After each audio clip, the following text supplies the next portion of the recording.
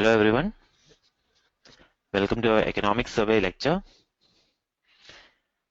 You have 2 minutes just to check if everything is working properly. Can you hear the audio? Can you see the screen? Just check all these things. In case of any problems, please comment and let us know.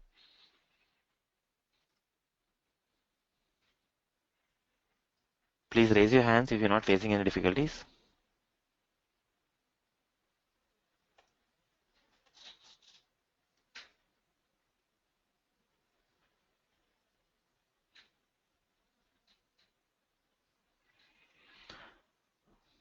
In case of any issues, please sort it out now itself. Please don't miss out on any part of the lecture. We'll be starting in another 2 minutes.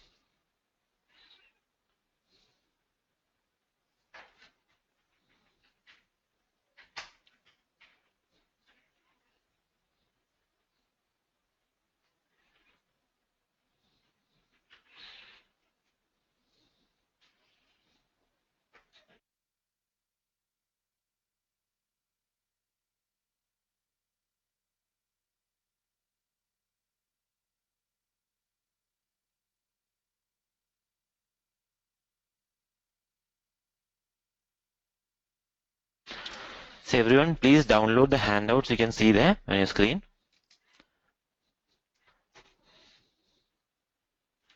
There is a volume 1 handout, there is a notes handout, and there's a boxes handout. Please make sure you download all three and keep before the webinar starts. We have also mailed you a complete folder with extra things like NCERT, economics, etc., which are required for understanding the economic survey in a better manner. So you can download that as well, but that is not required right now for the lecture. Post the lecture, you can use that. Right now, these three handouts are essential, so please make sure you have them open on your laptop or desktop or anything before when you're attending the webinar, because I'll be referring to them now and then, especially the boxes PDF. And these are also very useful PDFs for you guys. The boxes PDF is basically all the important boxes condensed into, not condensed, collected into one single PDF. We'll be starting in another minute. Thanks for your patience. Please hold on.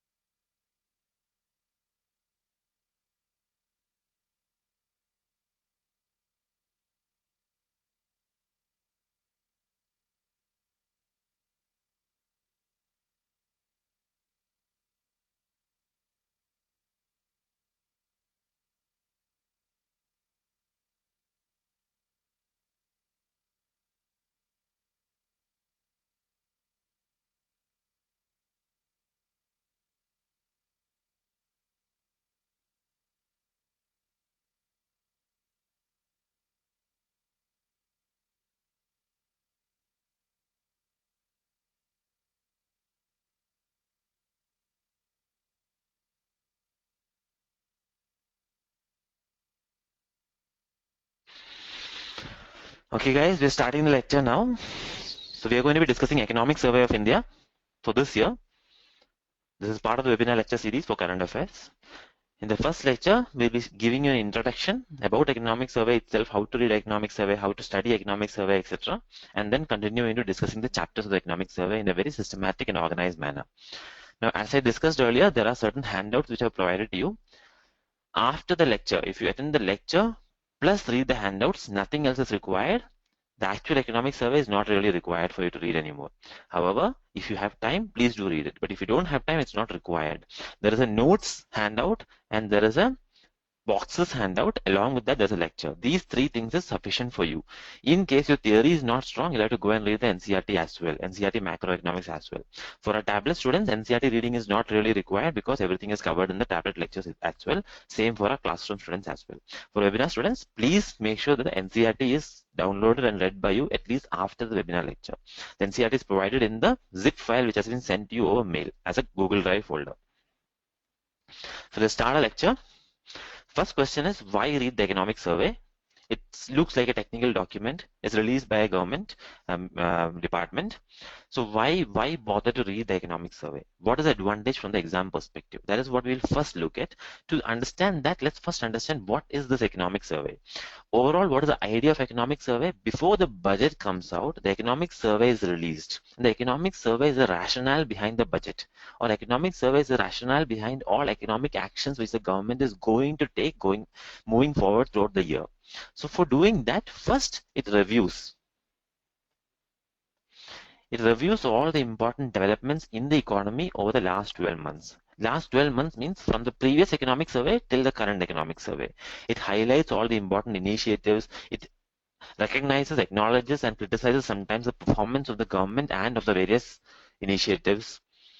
And it then looks at the prospects for the economy in the short to medium term. And based on this complete understanding, it makes some recommendations for the government, some policy recommendations. And we'll see that it's giving policy recommendations on two aspects. One on what the government should do, second on what the RBI should do. Effectively, what the fiscal policy should be and what the monetary policy should be. So economic survey tells us what the policy initiatives should be like, and that is why economic survey is so important. Without that, we won't be able to construct good answers for any questions in the exam. It is the best source of economic questions. In fact, any economic questions that comes in the exam can be linked in some way to the economic survey. So if you're thorough with the economic survey, you'll be able to answer the questions in a much better, much easier manner. All dynamic questions, theoretical questions, etc. can be traced back again. And nowadays, because economic survey is having an important environment component also to it, and because economy and environment is becoming more and more integrated and being recognized as such, a lot of environmental ecology questions can also come from economic survey or be answered with the language used in economic survey. So just some numbers for you guys. Some 30 to 40% of mains questions in GS3 paper are related to economic survey or can be answered by using economic survey. So this should tell you how important a document the economic survey is. Now this is why the answers are... Now this is the reason why why the economic survey can be useful for the exam. For most things happening in the economy, the economic survey analyzes and gives you reasons. And most analytical questions is all about analyzing and giving reasons and solutions. So the same principle is useful in the is applied in the economic survey, and we can also utilize that. And for all major government initiatives, economic survey gives explanations why the government is doing, why the government is changing something, and that again becomes very useful for you guys. In addition to all this, there are some good phrases that economic survey comes out with. You should use it. I have written you can, but you should use it in your answers, because that shows to the examiner that you have gone in depth into the economic survey, you understand the economy. Same way for Hindu newspaper also. There are some phrases, some catchphrases if you use, you'll get better marks because you communicate to the examiner that you are an expert. So for example, this year's economic survey says a sentence like good economics is good politics. Now if you can use that in some sentences, in some answers, that will give you extra marks, that will give you extra credit in the examiner's eyes. Which is why I say economic survey helps us how to learn to frame answers, how to construct the correct kind of answer, how to use the appropriate language. We'll come back to this language point a bit later. So how to read the economic survey? Volume 1 is there, volume 2 is there. Now, until a couple of years ago, there used to be only one volume economic survey. So what used to happen was that analysis as well as data presentation used to happen parallelly, side by side, which is why economic survey became a dreaded document. People used to find it difficult to understand the economic survey. So now an interesting thing has been done. They have split the economic survey into two documents, volume 1 and volume 2. So volume 1 is very conceptual, analytical in nature, simple language, easy to understand language, catchy language, interesting, sometimes funny language is used in volume 2, whereas volume 2, sorry, is used in volume 1, whereas volume 2 is the supporting data kind of document. It's much more rigorous, it is more dry language, etc. So volume 1 is for laymen, volume 2 is for experts. Volume 1 anybody can understand, and volume 2 they can use if they want to check the understanding that they developed in volume 1. So volume 2 is useful for criticizing the economic survey, volume 1 is useful for understanding the economic survey. Now, because volume 1 and volume 2 works in this manner, ideally you should be reading it in parallel because volume 1 is supported by volume 2. However, volume 2 may in-depth reading is not really required, but you should always just check in volume 2 what is happening with respect to volume 1, which is exactly what I will be doing in the webinar. So you don't have to do that extra work. If you are going to read economic survey after the webinar, only volume 1 is required. Volume 2, please don't waste your time on volume 2. Whatever is important in volume 2, I'll be bringing into this lecture and I'll be presenting. So there is no reason to even look at volume 2. Volume 1 also you can skip if you want, but if you want to read, please read only volume 1. So is it clear about volume 1 and volume 2? I hope it is. Let's move on. The next part is all the boxes. People talk a lot about the boxes in economic survey. They say it's important, questions come directly. And what do you know? They're actually right. The boxes are areas from which questions directly come. So the boxes become important, but the boxes are used for two things. Economic survey makes a point and uses the boxes to elaborate on the point. So if a question comes on that particular point, you have to use the language and structure in the boxes to answer it. However, some of the boxes are just supporting in nature. So some of the boxes are very similar to a volume 2 kind of situation. Those boxes can be avoided. So which boxes to read, which boxes not to read? Again, I am providing a single PDF in which all the important boxes are collated. So if you want to go through only the boxes, that is the PDF to refer to. So this is the ideal situation is you read volume 1 and you attend the webinar. Second ideal situation is you read the boxes at least and you attend the webinar. Third is you attend only the webinar and you refer to the notes. All three can work, but obviously the best option is you read the economic survey also after the webinar because you'll have a complete understanding as well. What about all the phrases and the words used in economic survey? Like good economics is good politics, jam trinity. These are all phrases and words used in the economic survey. Please by heart them. Please use them full. Completely use them in your answers. You'll get very good marks. This is a technique for getting better marks in GS paper 3. Now, what about the figures? Economic survey is full of figures, especially volume 2 is full of figures. Now, which figures to use, which figures to ignore, etc. we'll be discussing. In a lot of areas, only trend is required. The actual numbers you don't have to remember. You're not supposed to by heart.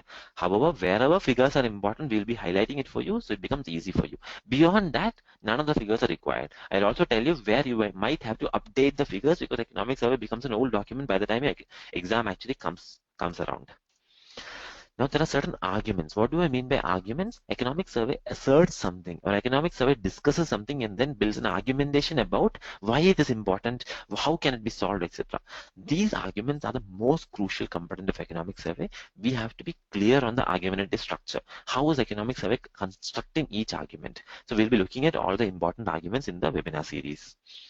The recommendations after arguments, economic survey comes up with certain recommendations. Now, every recommendation will be backed up by arguments. So understand the arguments and then by heart the recommendations also. You will be able to bring these into most questions in the mains, and a lot of prelims questions also will touch on one of these areas. Next part is note making. As we always say, note making is the crucial component for clearing the exam altogether. Studying to everyone does. All your competitors, all your colleagues are also studying. But note making is where differentiation can happen. Anybody whose notes are better, the revision will be better. So note making is essential. Now, how to make notes about economic survey? We have tried to make it a bit easier for you. You don't have to write everything down from the economic survey. What you should do is very simple. Please open the PDF which is provided to you.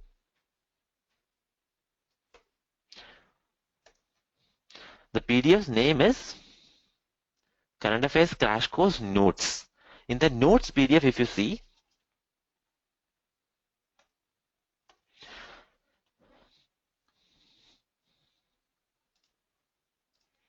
Just give me a minute. I'm just scrolling to the right page here.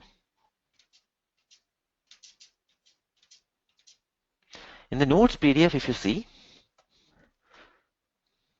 you will find figures, you'll find certain documentation, you'll find certain trend, etc. So here, for example, I'm giving you a trend that food inflation is slightly on the higher side. Growth in agriculture has slackened, which means growth in agriculture is going down. Now, these things are very, very important. Now, however, by the time your exam comes, some of them will change. For example, suppose growth becomes 7.7. So you should note it down. Or suppose in Hindu, there's a discussion that is 7.7 growth the right kind of growth? Is there any contradicting arguments? So what is the contradicting figure? You'll write it in bracket or you can add as a star, etc. So if you print this out, there is enough space for you to add notes directly. So an economic survey recommendation is that please print these notes and use these notes only to make your extra notes. If not, please use, if you're good at making notes online or on PDFs, please use the PDF itself if you want.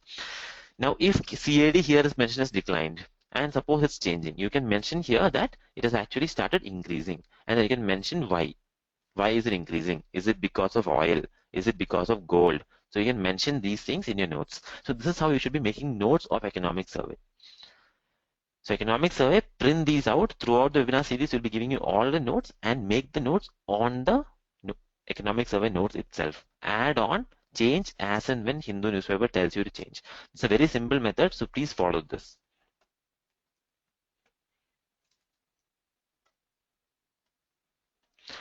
So let's get back to the lecture. That is how to make notes. And the last part is there is a lot of theory component in the economic survey. So you'll hear a lot about potential GDP, aggregate demand, formulas, WPI, CPI. These are all core aspects of economics. And there is some element of theory as well. For example, economics survey will talk about demand increasing, supply increasing, demand and supply mismatch. All these words might be there in the economic survey. So in this particular webinar, I am not going to get into the theory part of it. I'm going to assume that anybody who's going to write the exam in 2016 has to be at least moderately familiar with the theory part. So tablet students, please refer to the first two modules, module 1 and module 2. Out of which module 1 is micro and module 2 is macro. Module 2 is more important from economic survey point of view, but module 2 itself makes sense better with module 1. For students of webinar only, we are providing you the NCERT macroeconomics textbook. Please download that, read through that after the webinar. You'll be able to connect it back and understand the theory aspects which you might find it slightly difficult during the lecture. But beyond that, I'm not going to discuss the theory part. Even things like how is monetary policy normally working? What are the tools RBI has? What is fiscal policy? How does the tools work? How does government spending and taxation affect fiscal policy? How does interest rates affect monetary policy? These are all basic concepts which you should be familiar with. For us, it's a current affairs lecture. So if we go into all these things, we won't have enough time to cover the economic survey itself. So theory, I am assuming you guys know. Otherwise, I'm giving it as homework for you guys. Please make sure you read up and come for the next economic survey webinar. So if I'm finding a lot of questions linked to theory, I will have to make the assumption that some of you are not familiar with theory part. That's why I'm giving you the homework as please read this and come for the next lecture. And don't worry, you won't miss out much. It's all economic survey tries to make it simple, but still, if somebody doesn't have background, it becomes slightly difficult for them.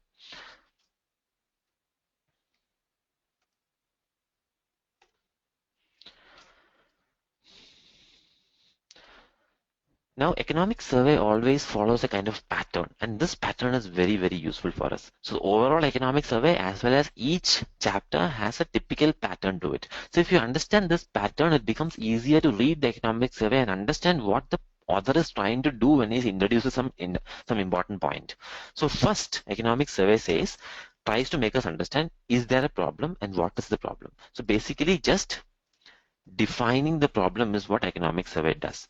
So each chapter will be a definition of problem along with discussion of solutions. However, in the beginning itself, economic survey lists out all the important problems. So overall, what is the economic survey? It's a list of problems, an analysis of problems, and a list of solutions and an analysis of solutions. That is all the economic survey is actually about. And then finally, recommendations. So first step is what is the problem? Define the problem.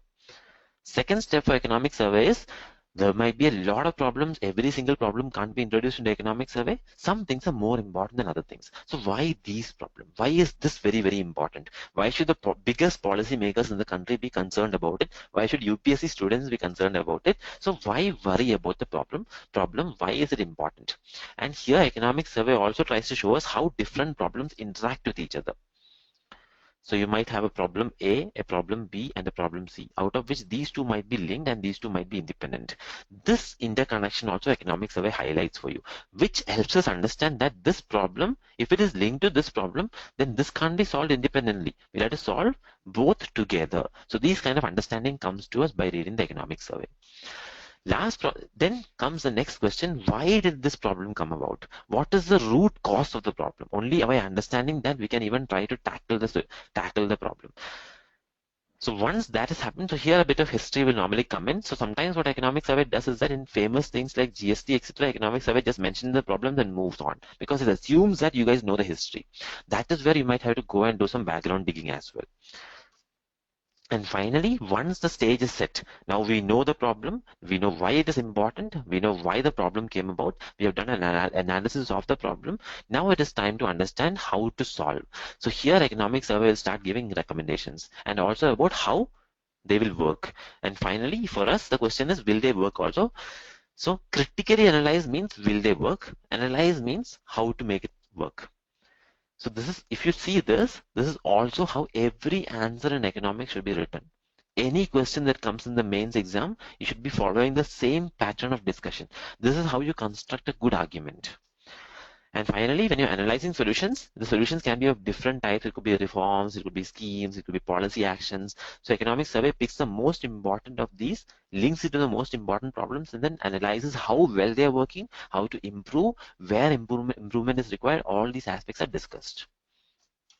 So overall, economic survey is an illustrated guide on how to answer economic questions. So if you study economic survey, if you study the webinar properly and you keep the notes with you properly, you will be able to start writing answers in a much better manner. Which is why economic survey, the moment you finish economic survey, is a time to start your answer writing practice for economy in a much more full-fledged manner. Even though prelims is coming, you start writing answers. One answer per week you can definitely write. Now the economic survey language is vital. So which is why in this webinar series, you will not see just points coming out and me discussing only the ideas. The reason is because economic survey's text is a beauty. The ideas alone is not enough. It is very easy to just say economic survey talked about this, economic survey talked about this, etc. But the actual phrases, the actual language, if you can somehow imbibe and you can start using it everywhere, then that language, which is the language of economics, becomes your language. And if you can use that language, you get much better marks because it becomes easier to convey your ideas. So now onwards, once you finish this, in all answers you practice, when you discuss with each other, even when you think, you should start using the language which is used in the economic survey. And what are these languages, we will see.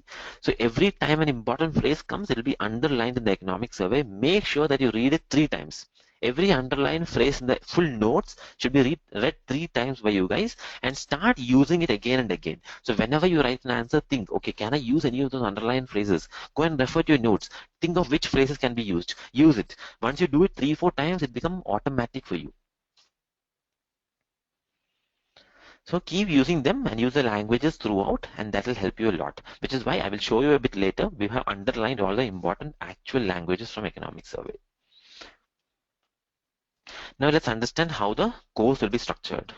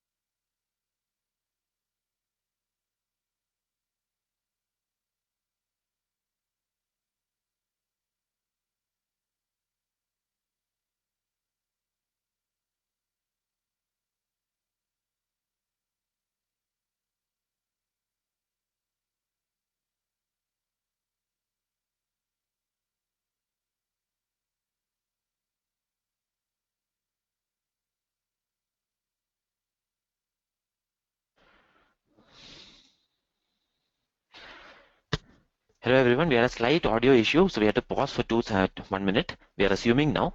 So let's understand the structure of the course. How are we going to cover the economic survey? It's important for you to understand if you want to plan ahead, so plan for your own preparation, etc. So this is the overall plan. First lecture, which is today's lecture, we'll be covering the first 3 chapters of volume 1 of economic survey.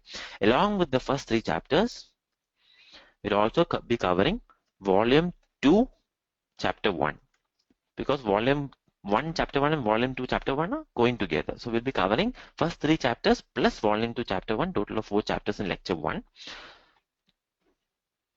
Then in lecture 2, the next 4 chapters will be covered.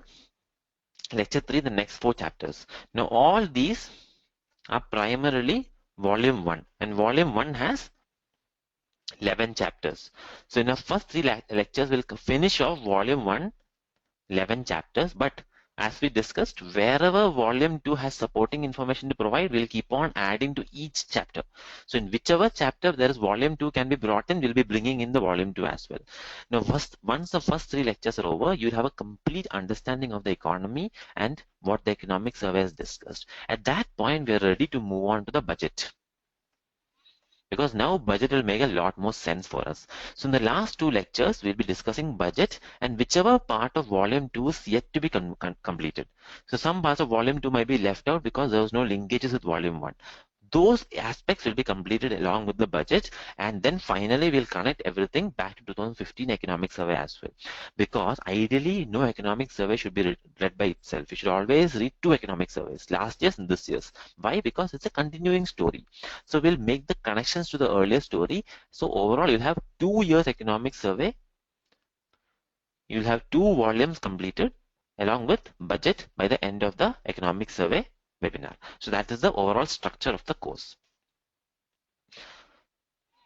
So this is what I discussed. All facts and figures, etc. from volume 2 will be brought in whenever required. Even boxes from volume 2 will be brought into volume 1 itself.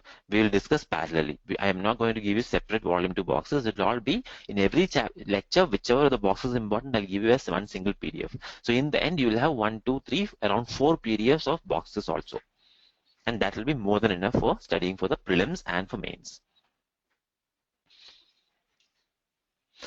So let's start the chapter 1.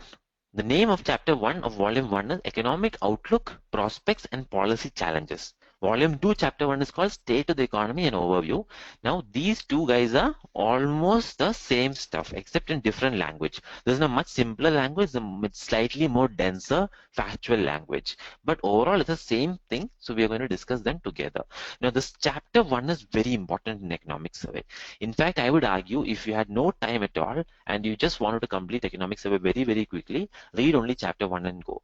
Before the exam, if you want to revise and if the notes are not there, then you can just read chapter 1 and go. But because notes are there, all you have to do for revising is just go through your notes. But in case you want to read, even after reading the notes, if one chapter at least you want to read, this is the one chapter you should be reading, volume 1, chapter 1. Volume 2, chapter 1 is not that important. It's all the repetition of volume 1, chapter 1 itself. So the first chapter is basically a summary of the entire document. So it's very important for us. That's why we are going to be spending quite some amount of time in the first chapter, because once first chapter is established properly, we have a good base to discuss every subsequent chapter. So it introduces the overall economic survey. It touches on all the important issues. Like we discussed the structure of economic survey, it will first introduce all the problems, discuss why the problems came, discuss the interlinkages of problems, and it will discuss potential solutions. All these things are done in the first chapter itself. Then all further chapters are elaborations on the first chapter, or some areas where they actually want to introduce new topics also. Now, if you read first chapter properly, you will be able to understand what is the economic survey trying to tell and what the budget is trying to do. So economic survey tries to tell something, budget tries to do something. These aspects becomes clear to us. All the important observations, all the themes introduced in the first chapter will come back again and again throughout the economic survey. It is a repetitive process. Now what we are going to do is we are going to cover the introduction, all the focus areas and a broad outline or summary in the initial stage itself, so that the rest of the economic survey becomes much easier for us to discuss. Some areas where more elaboration is required, such as WTO policy, etc., will be covering in the respective chapters. I don't want to separately cover it here because it will be more useful to cover as a single whole than as separate bunches. So overall, we'll be reading first chapter along with first chapter of volume 2. Now, the volume 1, chapter 1 opens with the discussion on India's performance. Because economic survey is about understanding how the economy is performing, what can be done to improve the performance. So first discussion is about performance itself. Now, economic survey clearly tells what is the meaning of performance. How has the economy performed? Economic survey says there are two benchmarks. One is compare India with other countries. Second is compare India with its own potential. So India versus others and India versus itself. So these are the two ways of comparing. Same for anybody, right? If you want to compare people, you can compare them with each other or you can compare with their own potential. So you can say Virat Kohli is the best batsman compared to everybody else. Rohit Sharma is not even matching up to his own potential, etc. We can say. So it's comparing with others versus comparing with themselves. So economic survey says when you compare with other countries, India has fared very well. India is the fastest growing economy according to economic survey, and that's what the figures are telling us. So compared to other countries, India seems to be performing very well. So economic survey gives India good marks on the first metric. But on the second metric, economic survey, they say there's a lot of scope for improvement. We are not growing at the potential we are capable of growing. And much of our economic survey is about how maintaining this can be done and how improving this can be done. So this has to be maintained, this has to be improved. That is the focus. So from here, our understanding of the economic survey and the economy should start. So you can see the first underlined phrase in our notes, translating potential into actuality. Now, if economic survey is talking so much about potential, the word potential has to come in your answers also. So you have to be able to use phrases like translating potential into actuality, what is required for that, and then discuss your answers. This becomes a much more powerful language for you. So these underlined phrases are always very, very important. So remember them. If required, by heart them, make a list of underlined phrases, whatever you feel like doing, but please make sure you use them in the exams. So for all our tablet and classroom students, when you write answers and submit to us, please remember I'll be expecting you to use some of these underlined phrases also. So there's a lot of discussion that India is the fastest growing economy. So economic survey emphasizes that fact very, very proudly because as we discussed, India versus other countries, India is supposed to be doing very good. Now, when economic survey is emphasizing this, you should also be aware of what other people are emphasizing. For example, if you have been reading Hindu newspaper, there's a lot of criticism about whether India is actually the fastest growing economy. If you read Mint newspaper, Indian Express newspaper, there are discussions about potential criticisms and why India is the fastest growing economy, etc. So that those aspects become important. So anything covered in the economic survey, when you read the same thing again in another newspaper, etc., which is giving you a different viewpoint, please immediately absorb it and go to your notes and note it down there, Hindu saying this. That's a very effective way to include the economic survey and grow beyond it. So you should be aware of new GDP methodology, the impact of new methodology, etc., because that is linked to India being the fastest growing economy. The reason why India suddenly became the fastest growing economy is partly because we changed the method in which we calculate GDP. So what is that method, etc., you should be knowing. So I'm again not going to discuss it here because it's slightly old news, it's not current affairs anymore. However, all students who are currently studying should be aware of the new GDP methodology.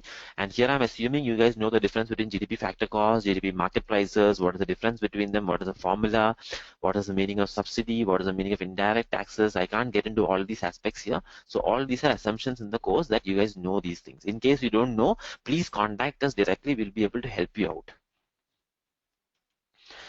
Now, economic survey says world economy is having a lot of turbulence, volatility, facing potential crisis, etc. But Indian economy is stable right now. It's robust. It's growing at the fastest rate in the whole world. Now, here you can see there is an underlined phrase. Why is this phrase underlined? If you go to the exam and you write fastest growing economy in the world, or if a question in prelims comes among the following, which is the fastest growing economy in the world, it might not be India. Even though newspapers say India is the fastest growing economy, the exact phrase is fastest growing major economy. Now, what is a major economy? It means a economy that is contributing a significant chunk to the GDP. We'll discuss some aspects of that later. So India is not the fastest growing economy. There are small, very small countries who are growing faster than us, but India is the fastest growing major economy. So that is why these kind of underlying phrases are important. Use the precise language, not vague language. Now, India's exports have declined due to weak global demand. Private investment remains weak, but still we are performing well. Now, you can see caveats are coming in. Economic survey told India is performing well. Now, economic survey is bringing in other analysis also. So, what are two aspects being discussed here? Exports and investment. Now, these two guys, exports and investments, are going to come back again and again. As I discussed, anything economic survey introduces will come again and again and again. So this is just a brief figure. This shows how there is a difference between India and the world's growth. You can see before 1991, India used to be growing at a very low rate, much lower than the world. The world was here, India was here. Then India shot up, went much ahead of the world, and then since then, except for a few points here and there, India has been consistently growing faster than world average. So you can currently see there's a big difference here. World average is somewhere around 2.5 something, Indian average is somewhere around 7.5 something. There's almost a 5 percentage point difference between world average and India's growth rate. Now, you don't have to remember any of these numbers, but the current world growth rate, the current Indian growth rate, you should be aware about. And overall difference between those two, if you're aware about those two, you can easily get. But overall, you should know the trend. When did the world average decline during the 2008 crisis? India also suffered during that time, but India still was much, much above even the current world average. Other times when we had declined is very few, the dot-com bubble time, etc. But beyond that, we can see more or less India has been consistently maintaining a above world average performance, which is why we can say India against other countries, we are performing decently. These graphs, you don't have to by heart or anything. Again, I'm telling you only the trend you should understand. It's a visual understanding. Just look at the graph, understand visually and move on. That is enough.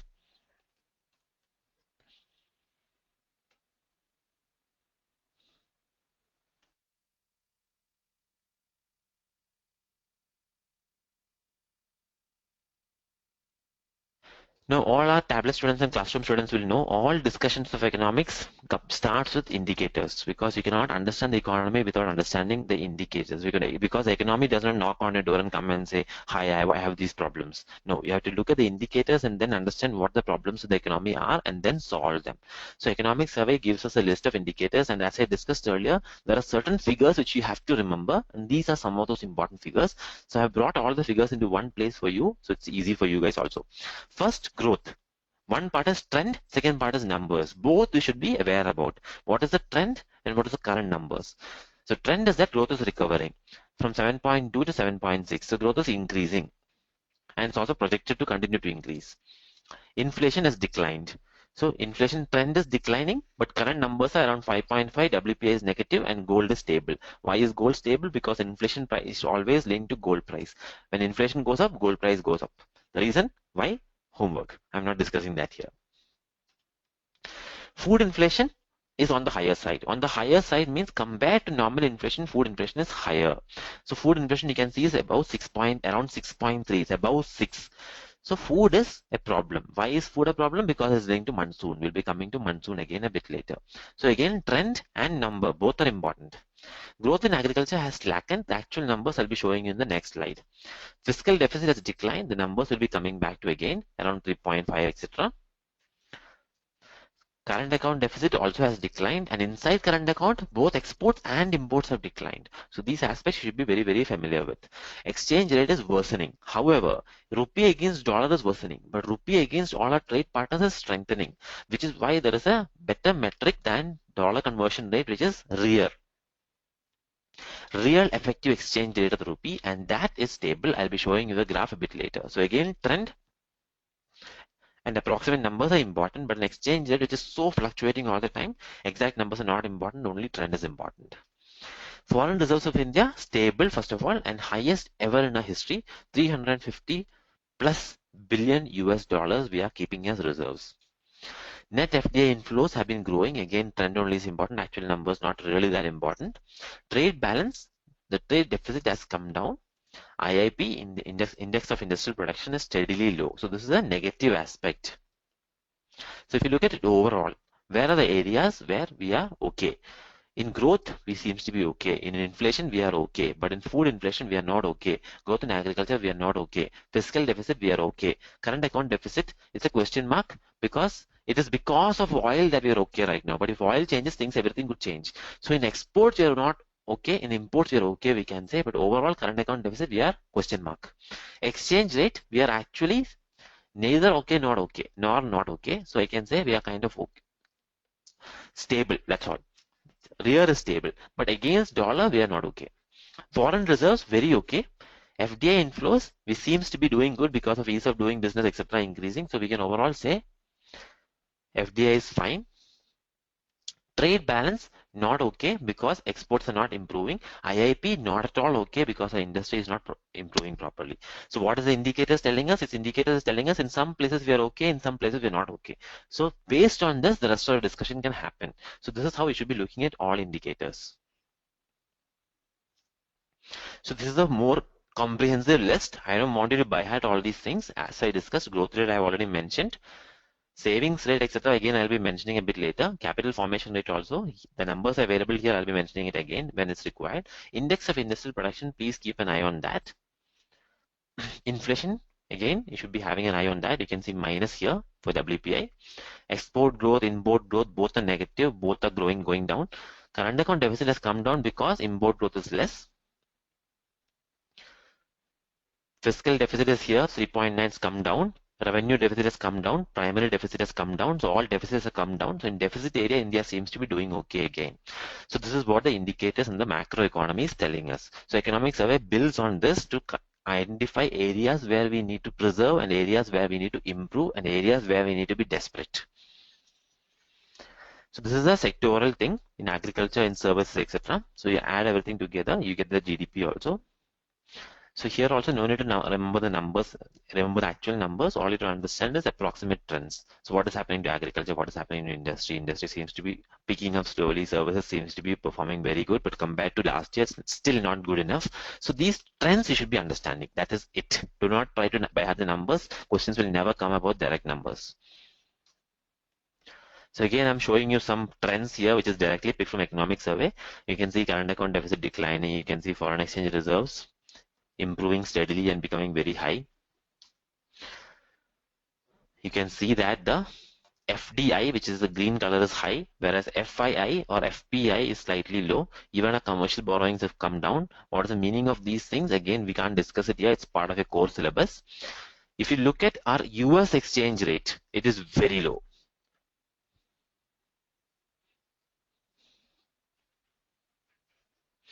So we have been fluctuating a lot. There's a lot of fluctuation here. It rose to 75, it went down, it's rising again. All these things are happening. Whereas if you look at the rear, which is the actual figure according to economic survey, it is more or less maintaining a stable trend. Of course, there'll be slight fluctuations when this happens, etc. But overall, it seems to be stable. So rear is stable and US dollar is fluctuating, volatile. So that is a trend understanding you should get out of this. Now, inside inflation, economic survey has a lot of things to discuss. Now, we all know inflation happens because of two reasons. There is demand side and there is supply side. Demand side happens when people have more money and they want more. So they are wanting more, they're willing to pay more, so prices start increasing. Supply side is when there is less supply. So there is can give less. Supply is much less. So then again, prices start increasing. So the exact graphs, etc., is part of theory. Our students should be knowing this well. I'm not going to discuss into it. So there is supply curve, demand curve. If demand increases, price increases, supply decreases, price increases. That is the fundamentals behind this. Again, we can't get into those discussions right now. Now, economic survey says 7th pay commission has happened. So a lot of people will be getting more income now. What happens when people have more income? They'll start spending more. When they start spending more, demand in the economy starts increasing because consumption has increased. That can increase prices. But economic survey discusses that and eventually concludes that not much. So remember that Hindu newspaper, for example, has been saying 7th pay commission will cause a big inflationary impact. But economic survey is saying it won't be very high. Second reason economic survey is saying from demand side is that rural wage growth is not much, which means people in the rural areas are not having much increase in income. If they're not income is not increasing, the demand won't increase. So again, prices will not increase. Prices will be stable in both those aspects. From demand side, economic survey is saying not much to worry about. So it is okay. Output gap. What is the meaning of output gap? There are two concepts in economics. There is potential GDP, which is what India is capable of achieving, and there is actual GDP, which is what actually we achieve. It is the potential marks and the actual marks, thing like that. So if actual GDP less than potential GDP, that means we're not producing as much as is required. How do we know it's happening? When there is capacity utilization. Suppose 100 cricket balls can be produced and only 80 is being produced. That means actual production is less than potential production, or actual GDP is less than potential GDP, and then there's an output gap.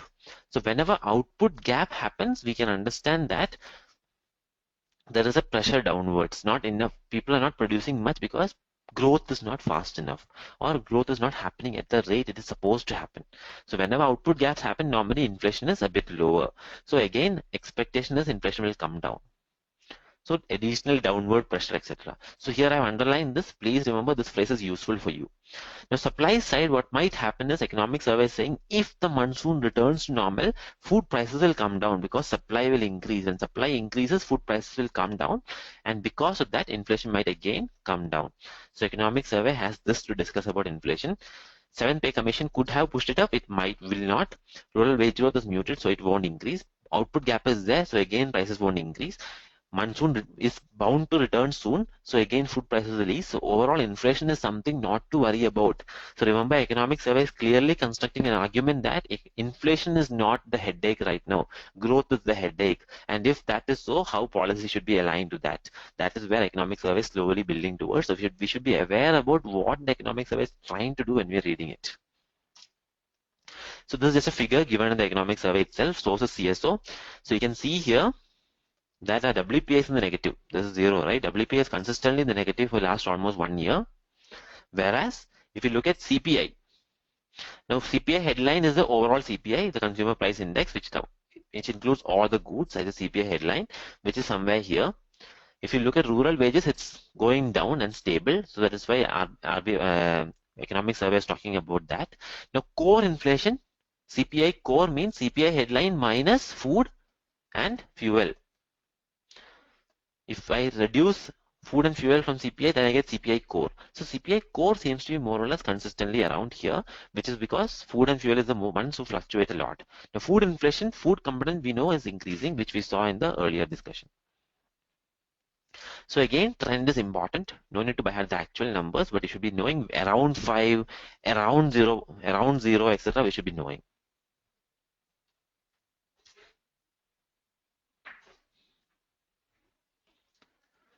We'll take a short 2-minute break here. Please use this time to ask any questions you might be having.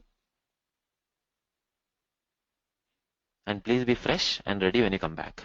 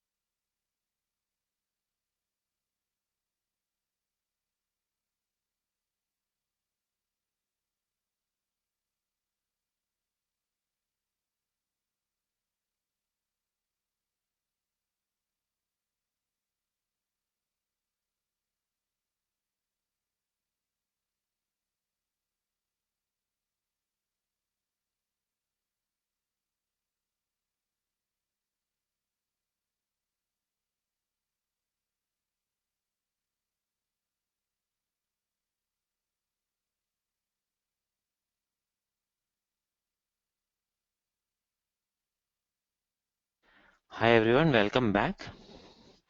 So some of you have been asking if we can provide questions. We will be providing you questions. By tomorrow, you'll get the MCQs, practice MCQs for the economic survey for whichever chapters we are covering in the first lecture. Some of the other questions will be addressed towards the end of the lecture.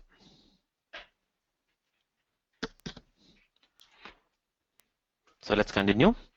Now, based on this, now economic survey has discussed the indicators, economic survey has discussed about inflation. Now, from this, anybody who has understood monetary policy and studied, especially our tablets and classroom students, will be able to guess what is going to come next.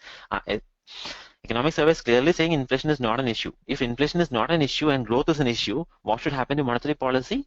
Very simply speaking, economic survey is going to recommend that monetary policy should be eased. We should have an expansionary monetary policy stand. Now, there is one more argument that comes in. Economic survey says that the growth rate, the GDP growth rate, the interest rate, the prevailing interest rate in the economy should be less than the GDP growth rate G. R should be less than G. This is what the economic survey says. Because if R is greater than G, okay, now think of an economy in which only one company is there. The company is growing at 10%, imagine. The interest rate in the economy is 12%. Now the company has to borrow to pay interest, to grow, etc. So suppose company has borrowed, it's paying interest at 12%. So its debt is accumulating at 12%. But its revenue is growing only at 10%. Will it ever be able to come out of debt? Every year debt will keep on increasing, right? That's the logic economic survey uses. If interest rate is more than growth of the economy, then debt will be growing. So interest rate has to be less than growth in the economy is what the economic survey says.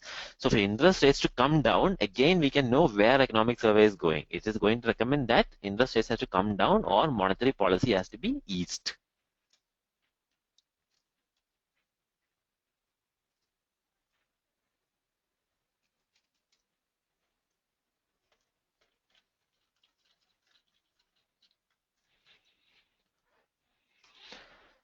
So overall recommendation is effective stance of monetary policy could be relaxed.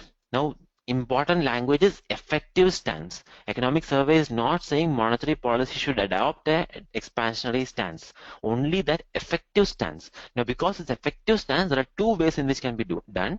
One is that RBI has brought down the interest rates. RBI has been consistently bringing down interest rates over the last 1 year. However, liquidity in the market, which is money actually available in the market, is not coming down, which is because banks are not bringing down the interest rates. Banks are not bringing it down. So RBI brings down interest rate. Banks do not bring down interest rate. Effectively, for people like us, the interest rate is still very high.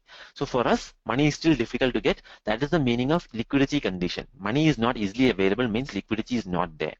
So if we can somehow ease the liquidity conditions, which means if banks can be forced to bring down the interest rate also, then that will also improve the overall situation in the market. So economic survey says one option is ease the liquidity conditions and make them consistent with current policy rate. There's a full box about this which we'll be discussing.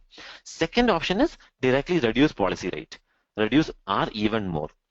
So these are the two options economic survey is saying. So both will effectively relax the monetary policy is what economic survey is saying.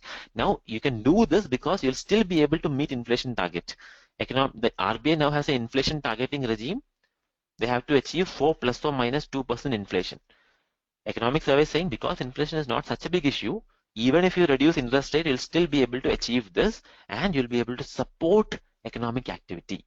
So inflation is not an issue, growth is an issue. Please reduce the interest rate is what the recommendation is for monetary policy. Please remember this. So this aspect has to be very, very clear to you. So let's go to box 1.7, which is talking about incomplete pass-through of monetary policy. So a lot of the students will be asking, what is the meaning of this incomplete pass-through? It sounds like a very tough language, right? But remember, this is an underlined sentence. Incomplete pass-through of monetary policy, use it exactly in this manner. What it means is that suppose RBI is here, bank is here, firm is here, or a business is here. RBI gives loans to bank sometimes, bank will give loans to business. So bank has to borrow from RBI at a particular interest rate. That is the repo rate. Now suppose RBI brings down repo rate. Suppose it was 7.5, RBI made it 7%. So now banks can borrow at a much easier rate. However, suppose bank is now getting money easily, but bank is not passing it on. So this is the lending rate or the base rate or the base lending rate. Now suppose base lending rate was 12%. The difference will obviously be profit for the bank, etc. But even after RBI reduced by 5%, bank does not reduce. Suppose it still remains at 12% or becomes reduced to 11.8%. So here 5% decline, 0.5% decline happened. Here only 0.2% decline is happening. And because of that, the firm still has to pay what? It has to pay that 11.8%. So firm has not benefited from this reduction. So firm is like questioning, what is the benefit for me from RBI doing this? So effectively, has monetary policy changed at all?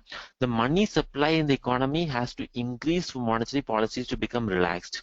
Has the money supply increased? Is the firm able to get easy money? No, money supply has not increased, which is the meaning of incomplete pass-through monetary policy. It went from here to here, but is not going from here to here. This has to improve, then only effective pass-through can happen. So this is the meaning of this box.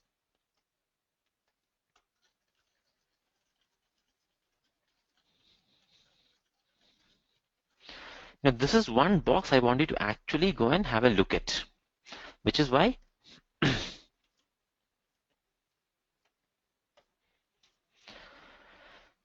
so incomplete pass-through is there. This means interest rates are high, domestic growth is not improving, corporate debt, sector debt is increasing, etc. So let's switch over to the box. Please open your PDF, which has the name important boxes.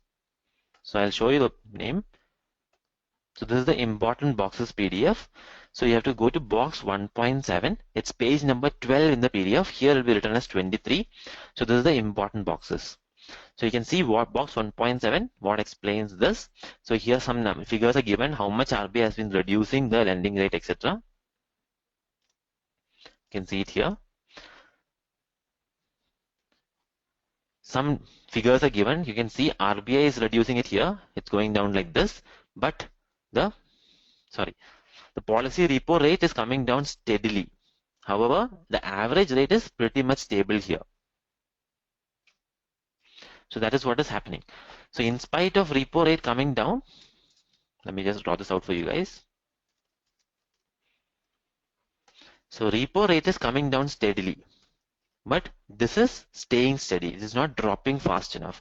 This is the meaning of incomplete pass-through. So again, no need to remember the figure, but please understand that this trend you have to understand. So have a visual understanding of it, and then no need to remember the figure. Okay, and the rest of the box is slightly complicated. So again, not really required.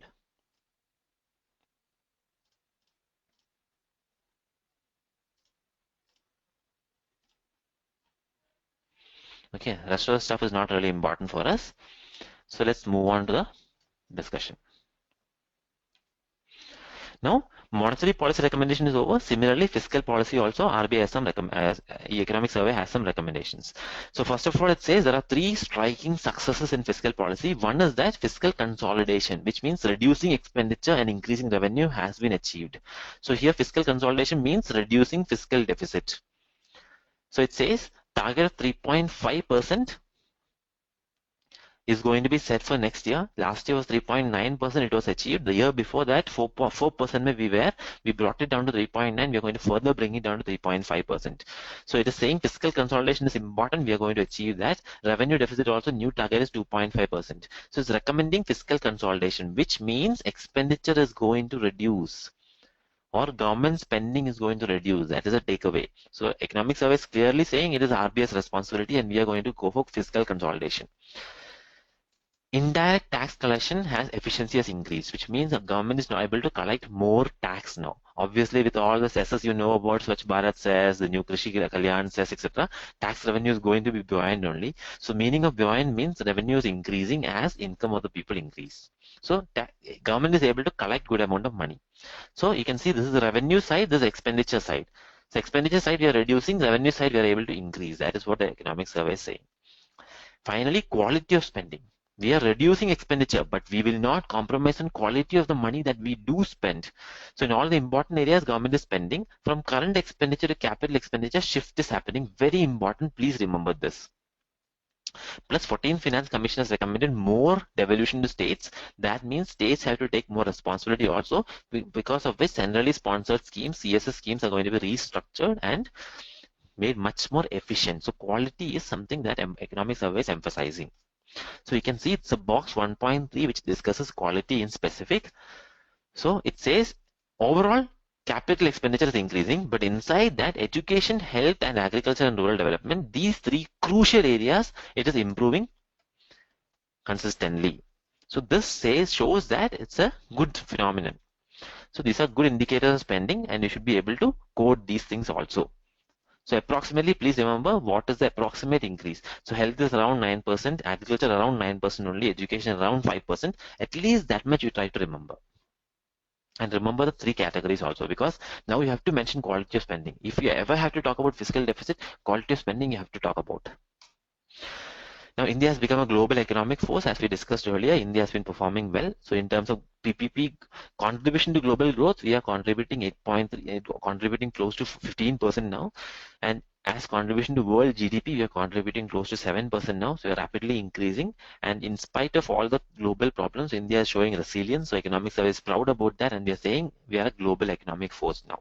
So this is something that we already talked about.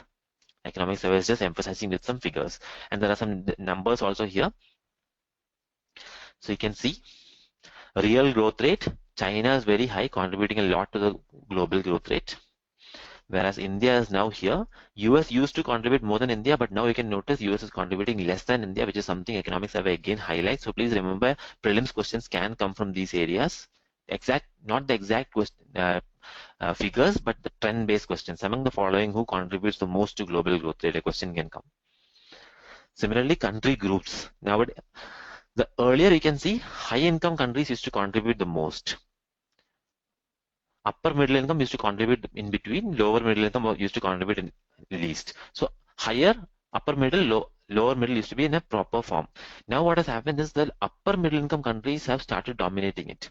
Now these two guys, high income countries and low income countries, are pretty much friends now. They are in the same bracket. Whereas the upper middle income countries are the growth forces of the world, which is because China, India, etc. is coming here, and they are the ones who are growing fast now. Now, finally, discussion moves on to what is India's actual potential. Now, it's a highly theoretical discussion, and at the end of the whole theoretical discussion, economic survey comes out with a number. It says somewhere around 8 to 10% will be India's potential. Now, the point is how to achieve this potential. We have to achieve this potential, and that requires a lot of reforms.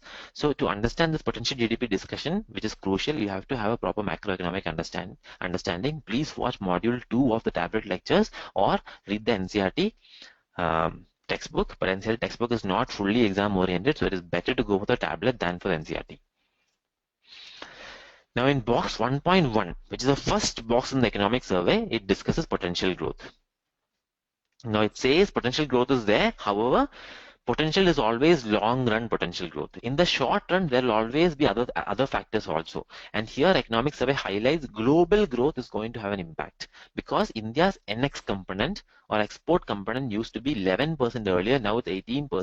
So it's a big chunk of our GDP. Because of that, any change in that will impact our GDP.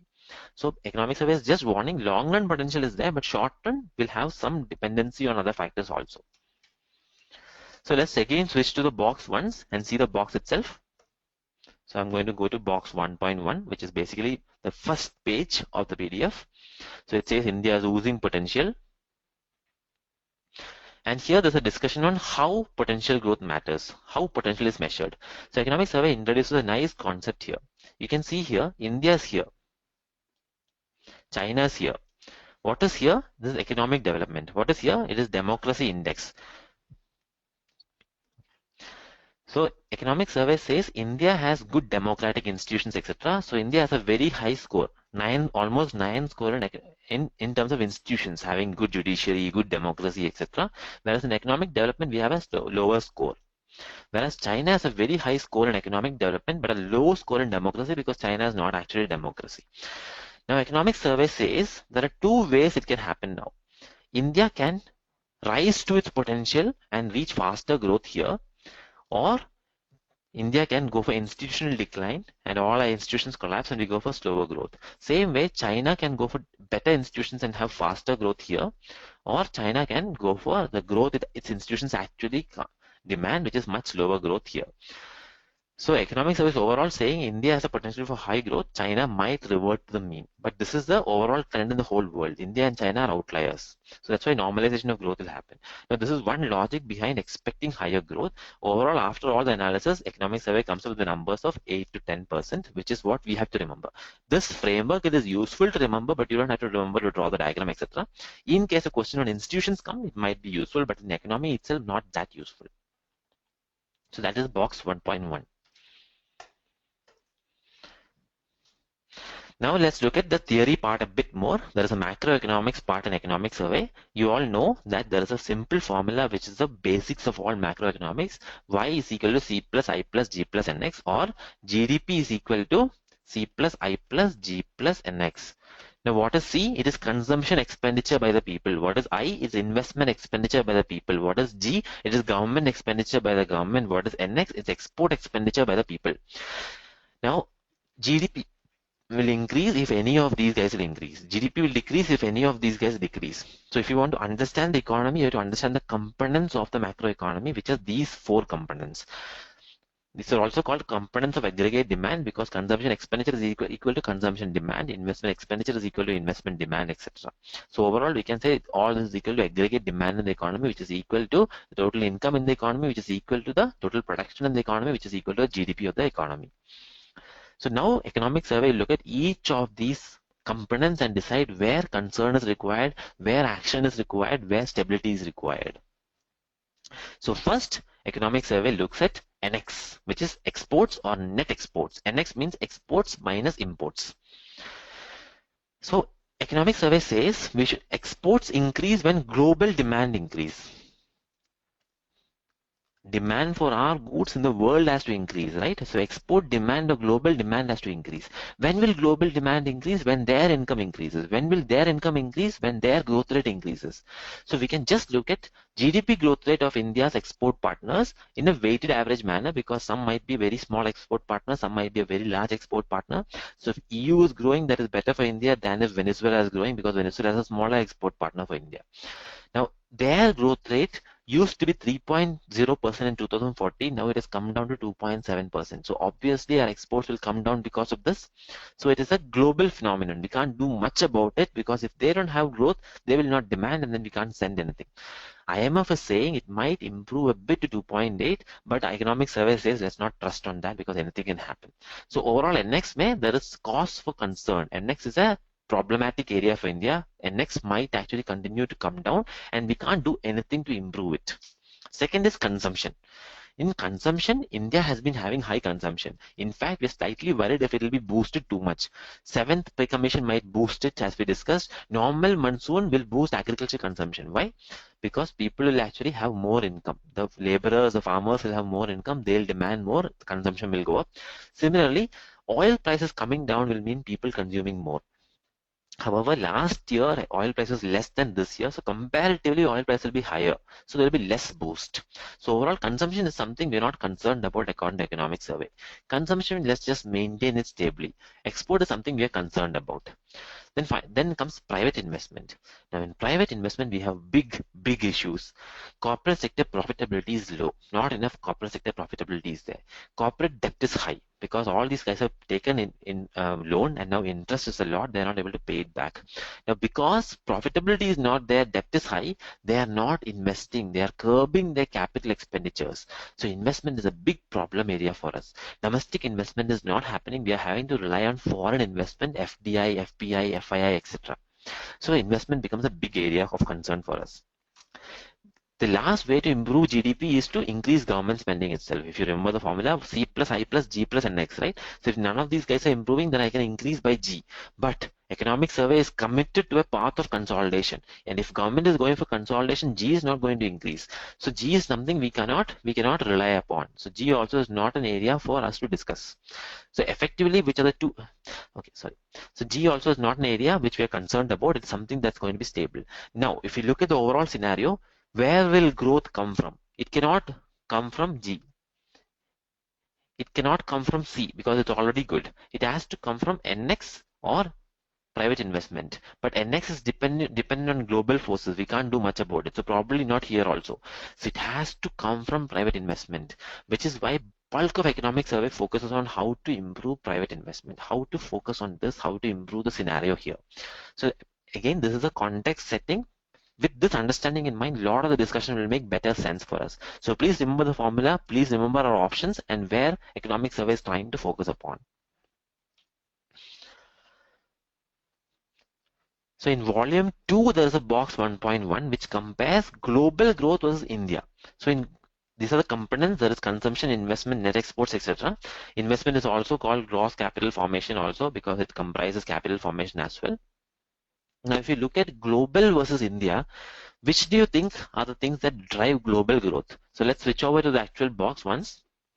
So you can see it here in page 15. You can see China, right? If you look at consumptions component, China's consumption component is very low. So C is not contributing much there. Whereas for India, C is very high. Now, if you look at a low middle income country, C is very high. For high income country also, C is very high. So India is behaving like a low middle income country or a high income country. Now, when you come to investment share, you can see for China, investment share is very high. For India, it's very low. For high income country, it's very, very low. And for low middle income country, it's again very low. Now, let's look at the share of net exports in GDP. China is very high. For India, it's actually negative. For low middle income countries, again negative. For high income countries, at least positive. So overall, we can say there's a big difference between China's way of growing and India's way of growing. We are having a consumption driven growth, and that is not sustainable. We have to switch to either investment driven or net export driven growth.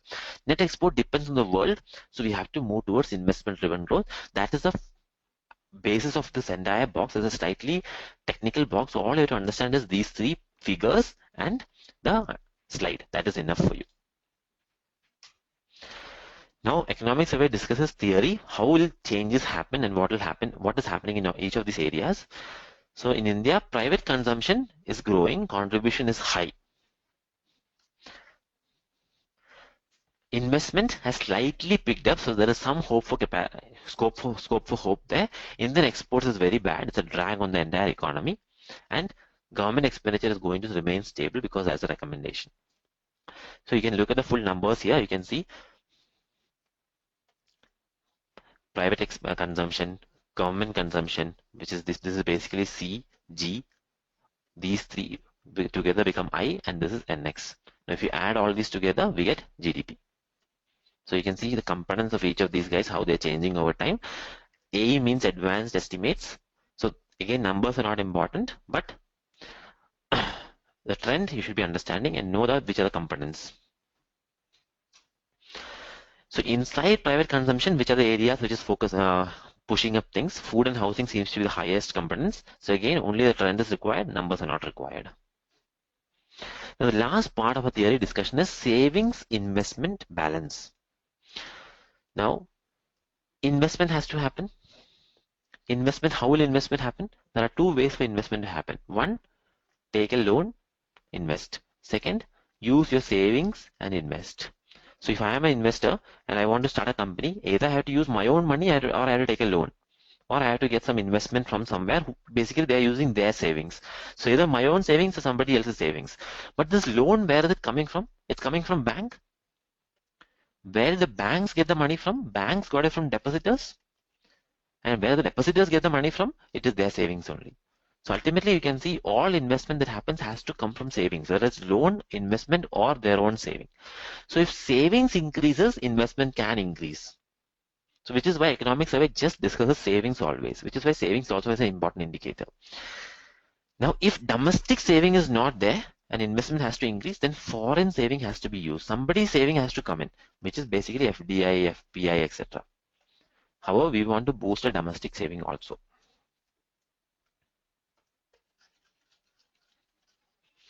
So economic survey is quickly looking at the trend in savings, what is happening to savings. S is needed for domestic I. So households can save, private corporate sector can save, public sector can also save. Overall economic survey says our financial saving has improved a bit. So overall stable. So all you have to remember about saving investment balance is that savings is not increasing, it is just stable. So investment cannot depend on savings only. Other methods of investment has to happen. However, savings, if we can give a boost by introducing post office banks, more new banks, etc., that can have a rub-off effect on investment also. So that's the final component of a theory discussion. Here there is a discussion on startups of dynamism, startups and dynamism. You should be glancing it through it once. Box 1.4. There two aspects are covered. We will come back to this when we discuss chapter 1. Now, economic survey, after setting the stage, has overall given the recommendations, has told some of the problems and told the focus area, etc. Economic survey says there are some things which can completely destroy a lot of problems. So what is a lot of potential solutions? So what is the meaning of the word headwinds? Suppose you are sailing in an ocean. You're sailing in this one direction. You're sailing in towards your front. Wind is blowing to opposite direction. Can you sail smoothly? No. These are called headwinds. So in the economy also there are a lot of headwinds which might be coming, primarily in the export area, in the agricultural area, and in some investment areas. So these are things that will slow up progress. So economic survey talks about these challenges, and each of these challenges has given us boxes. So you have to look at all those boxes. We'll cover them one by one.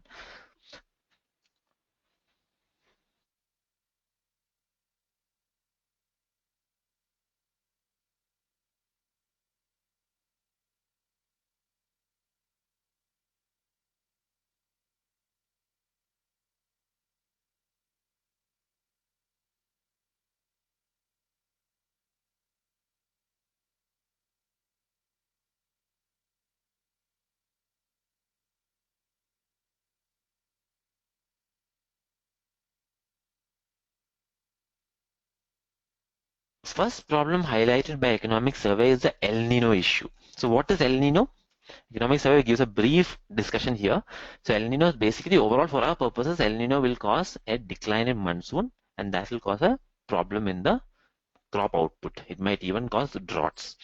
So economic survey says El Nino has been very strong this year, so production is down. However, there is a scope for hope because every time strong El Nino has come, even after droughts, La Nina has also come. We have had bumper harvest. So you can remember a couple of these dates so you can use it in your exams, etc. Prelims questions can also come on each of these things. So economic survey is saying that El Nino might continue, El Nino might stop, La Nina might come. So it's a very cautious prognosis. We can't be sure about anything. So we need a contingency plan ready. Now, how will we have contingency plan? Chapter 4 talks about this in greater detail. We'll come back to that at that point. However, some discussions are minimum support price has to be declared well in advance, incentivize farmers to produce the right kind of crops such as pulses, and in some sensitive commodities, etc. Contraction of adjusting of import export has to be done very early if you want to have a proper strategy towards it. There's a slide graph here which is just for visual understanding. No need to buy heart anything. La Nina years bumper harvest, El Nino years drought almost, normal years average harvest. So this understanding you should have. Box 1.6 is called the twin balance sheet problem, another headwind, affects in investment. Again, this will be covered when we discuss chapter 2. Now, economic survey talks about the medium-term fiscal framework. In chapter 7, we'll be discussing this in more detail. Overall, the same thing only economic survey is saying.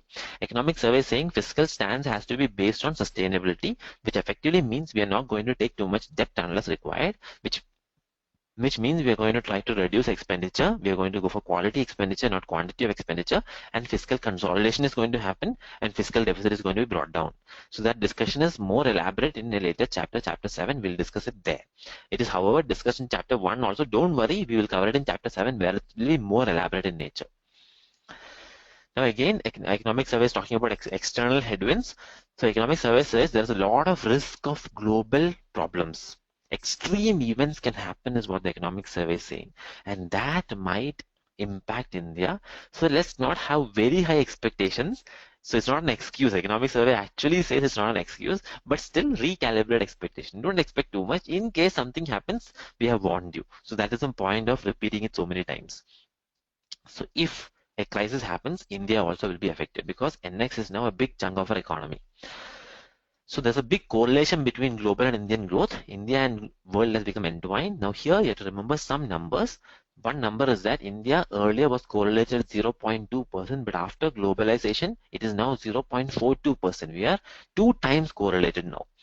So a 1% decline in the world growth will now cause a 0.42 percentage point decline in Indian growth rate. So let's take a simple example and see. Suppose the world is growing at 3%, India is growing at 7.42%. Suppose the world growth rate comes down to 2%. What will happen in Indian growth rate? It will come down to 7%. So world growth rate has an impact on Indian growth rate. Earlier it had only come down to 7.2%. Now it's coming down to 7.42%. So that is the intertwining that has happened because of increased exposure. So we have to be more aware of this. Now economic survey, unfortunately for you guys, is listing out a list of crises. Now prelims questions, mains questions can come on any of these crises. So I've just given you the list of all the crises. We don't have time to discuss each in detail. We'll give a very brief overview of each of them. However, if you have time, please Google them and go through them. Tablet students, for you, all the crises are covered in the tablet lectures. So you can study from there. So economic survey basically uses a very nice box 1.2, and it says all crises in the world has a taxonomy. Taxonomy means categorization. So they're categorizing all the crises into 3 categories and trying to predict what is going to happen in the next year or in the future. So it says all financial crisis falls into 3 categories. First is the Latin American model. So what happened? Latin American model is that they were able to borrow. So government started borrowing a lot and they had kept the exchange rate pegged. So government borrowed, economy started heating up because G increases, demand starts increasing in the economy, inflation, etc. starts happening. They were borrowing more and more. They were not having enough money to repay anything. So current account deficit starts increasing. A lot of defaults started happening. They were not able to pay it back. In the end, IMF had to come and help them. Indian crisis also was in the same category as what economic service says. However, we did not default. We got the loan before we defaulted. Second is the Asian financial crisis model. Very similar in manner. Everywhere economy will overheat only. Again, they had a same unsustainable economic external position. Again, they had debt which they were not able to repay, but this time it was private borrowing, not government borrowing. 2013 mini crisis also same model is what economic survey says. Then we have the global financial crisis model. It was an asset price bubble. What happened? People want houses. They went to bank to borrow. Banks started giving it very low interest rate and very easy loans to anybody who came and asked. They were giving loans. So a lot of loans started going here. Now they can start buying a lot of houses. So demand for houses started increasing, price of houses started increasing. That is what is the meaning of asset price bubble. Houses became very expensive, but even when they became expensive, banks were still giving loans. So after some time, what happened? Eventually, these guys have bought these very expensive houses. They don't have the capacity to repay these loans. These are called subprime loans. So they were not able to repay the loans, and eventually the banks started realizing that all the loan people are defaulting. Now banks are having a crisis now. They're having all these assets, non-performing assets, substandard assets, toxic assets, which is of no use to them because loans are not coming back. Now where did all these loans come from? They came from deposits. So now the depositors became tense and they started asking the money back. And when that happens, banks started to collapse. And that was a US crisis. And because it was a systematically important country, global effects started to happen. So when American economy went down, across the world economy started going down. So we saw in 2008, global economy went down, Indian economy also went down. Now one benefit there was that because US was having the currency, which is more or less the world standard currency, etc., capital flight towards US started happening initially and then out of US, etc. So US dollar corrected. So there's a correction mechanism. The poorer countries are able to get money to come out of the crisis very fast, especially once the US Fed announced the tapering. So again, I'm not getting into details of the crisis. We have discussed that in tablet separately. And for other students, you should be able to refer to them in your own notes, etc. because 2008 crisis is very important to understand. Now it says Japanese crisis was very similar, except that it was instead of private people, it was a corporate borrowing that triggered it. After discussing these 3 potential possibilities, it says there is another crisis potentially coming, which is a Chinese crisis.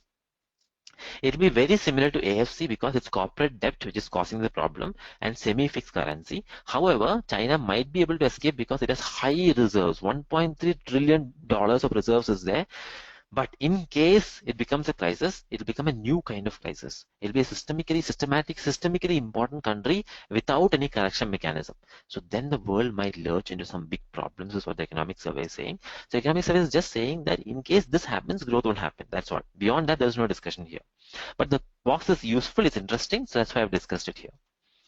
Now the full box is given in the PDF which is provided to you. So each crisis is given, where it started is given, why it started, who started it is given, how did it come out is given, and what cost it is given, and what kind of exchange rate was there is given, and some remarks is given. Please go through the entire table.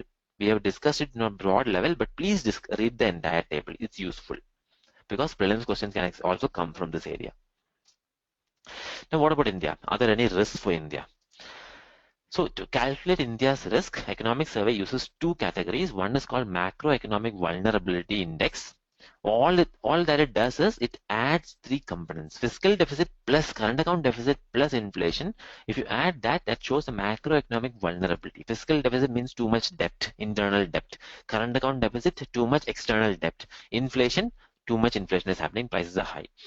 Now in 2012, India was the most vulnerable of the major market economies, but now India has improved, and now in our investment grade, we are one of the least vulnerable.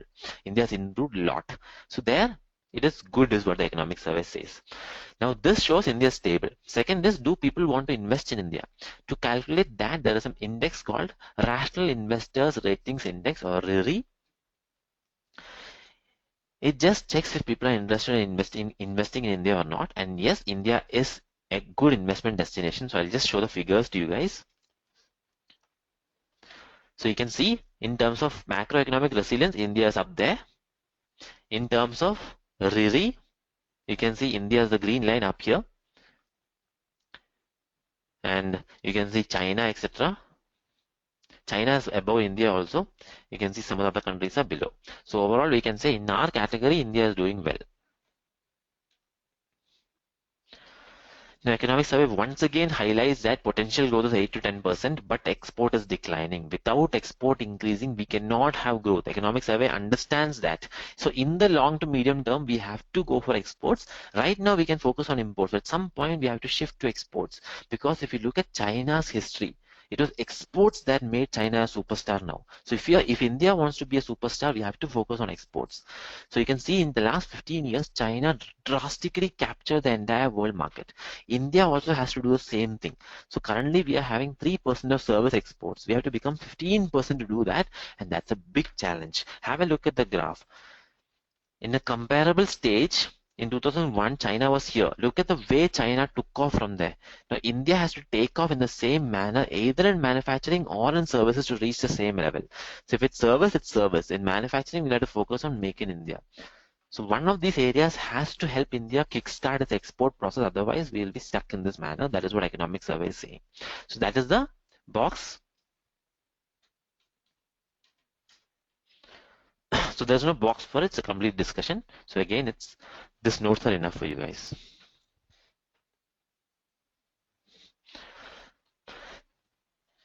So one person has asked, why is it that China has no correction mechanism? The reason is because US dollar was also the world currency at that time. So much of the investment that happens across the world was happening in the US dollar.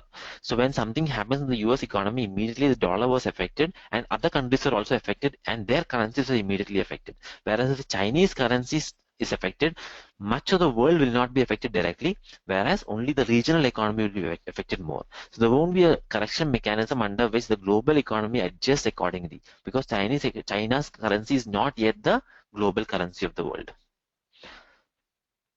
So beyond that, it will become a bit more theoretical for us, and it's not required for us, but this much understanding you should be having. Now, the next part of the economic survey, chapter 1, discusses trade policy. In trade policy, we'll be coming back to that later in chapter 8. All you have to understand is that economic survey emphasizes that we have to be pro-industry, pro-market, or pro-competition, and we have to move towards pro-market or pro-competition from being pro-industry. So don't try to protect our industry, try to protect our market, is what economic survey says. We will be discussing this in more detail in chapter 2 first and chapter 8 again. And WTO aspect will be completely discussing when we discuss chapter 8. Now let's have a quick summary. This summary is only for revision purposes. So when you later look at the notes, look at the summary to see if you understood everything or not. So domestic demand is strong, investment is low, private consumption has been the driver of growth. So consumption is a superstar right now. There are some aspects to it such as oil prices, pay commission, and farm sector performance which might impact the consumption part. We cannot endlessly rely on consumption. Again, underline sentence, please remember these sentences. Government is consolidating, so there is not much option on G. Can't rely on export. So overall C, G and NX we can't do much about it, which means our focus has to be on investment-led growth, I, and there corporate saving and investment is showing some encouraging results, so we can be slightly hopeful, but we have to encourage them and support them in every way we can. That is the crux and thrust of the economic survey. Some pros and cons are discussed before we close. There are 3 significant downside risks. In case exports come down and the financial situation worsens, we will not be able to grow at a potential rate. In case oil prices rise high, we will not be able to grow at a potential rate. In case oil prices rise high,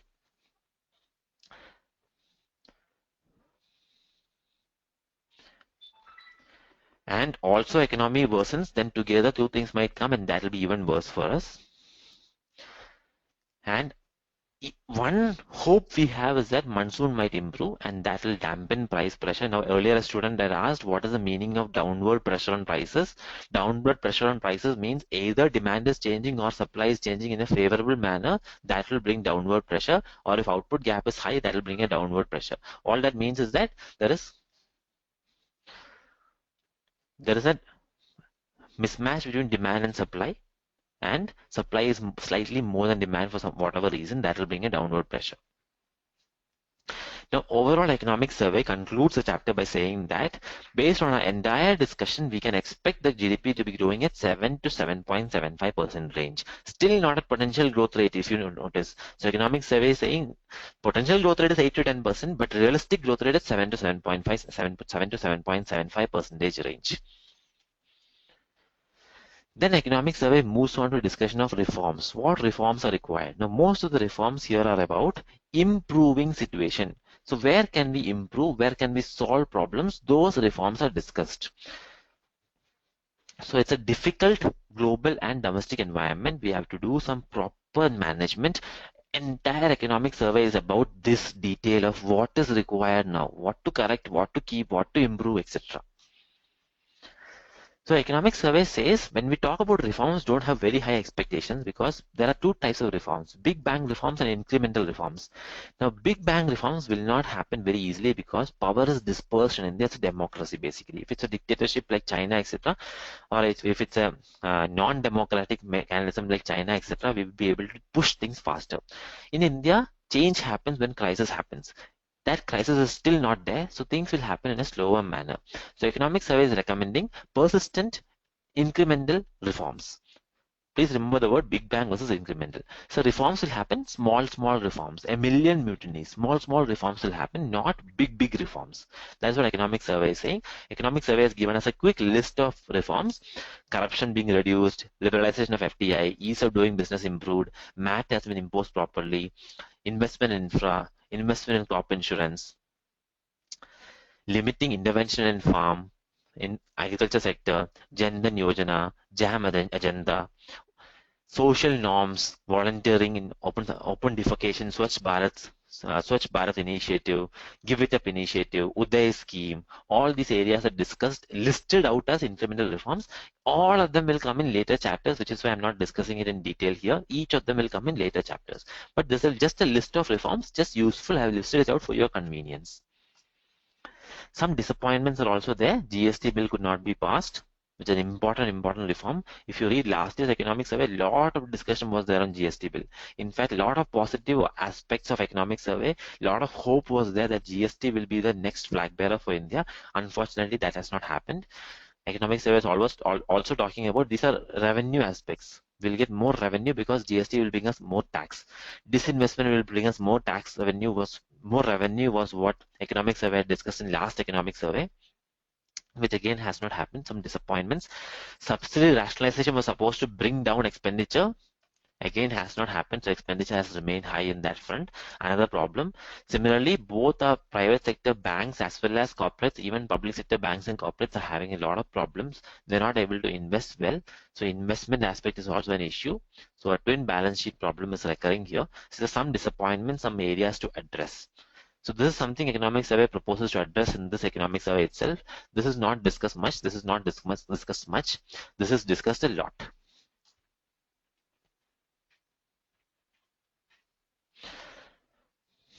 So let's have a short break again. Please use the time to ask any doubts and questions you might be having. So it's just a 2 to 3 minutes break. We'll be back after that.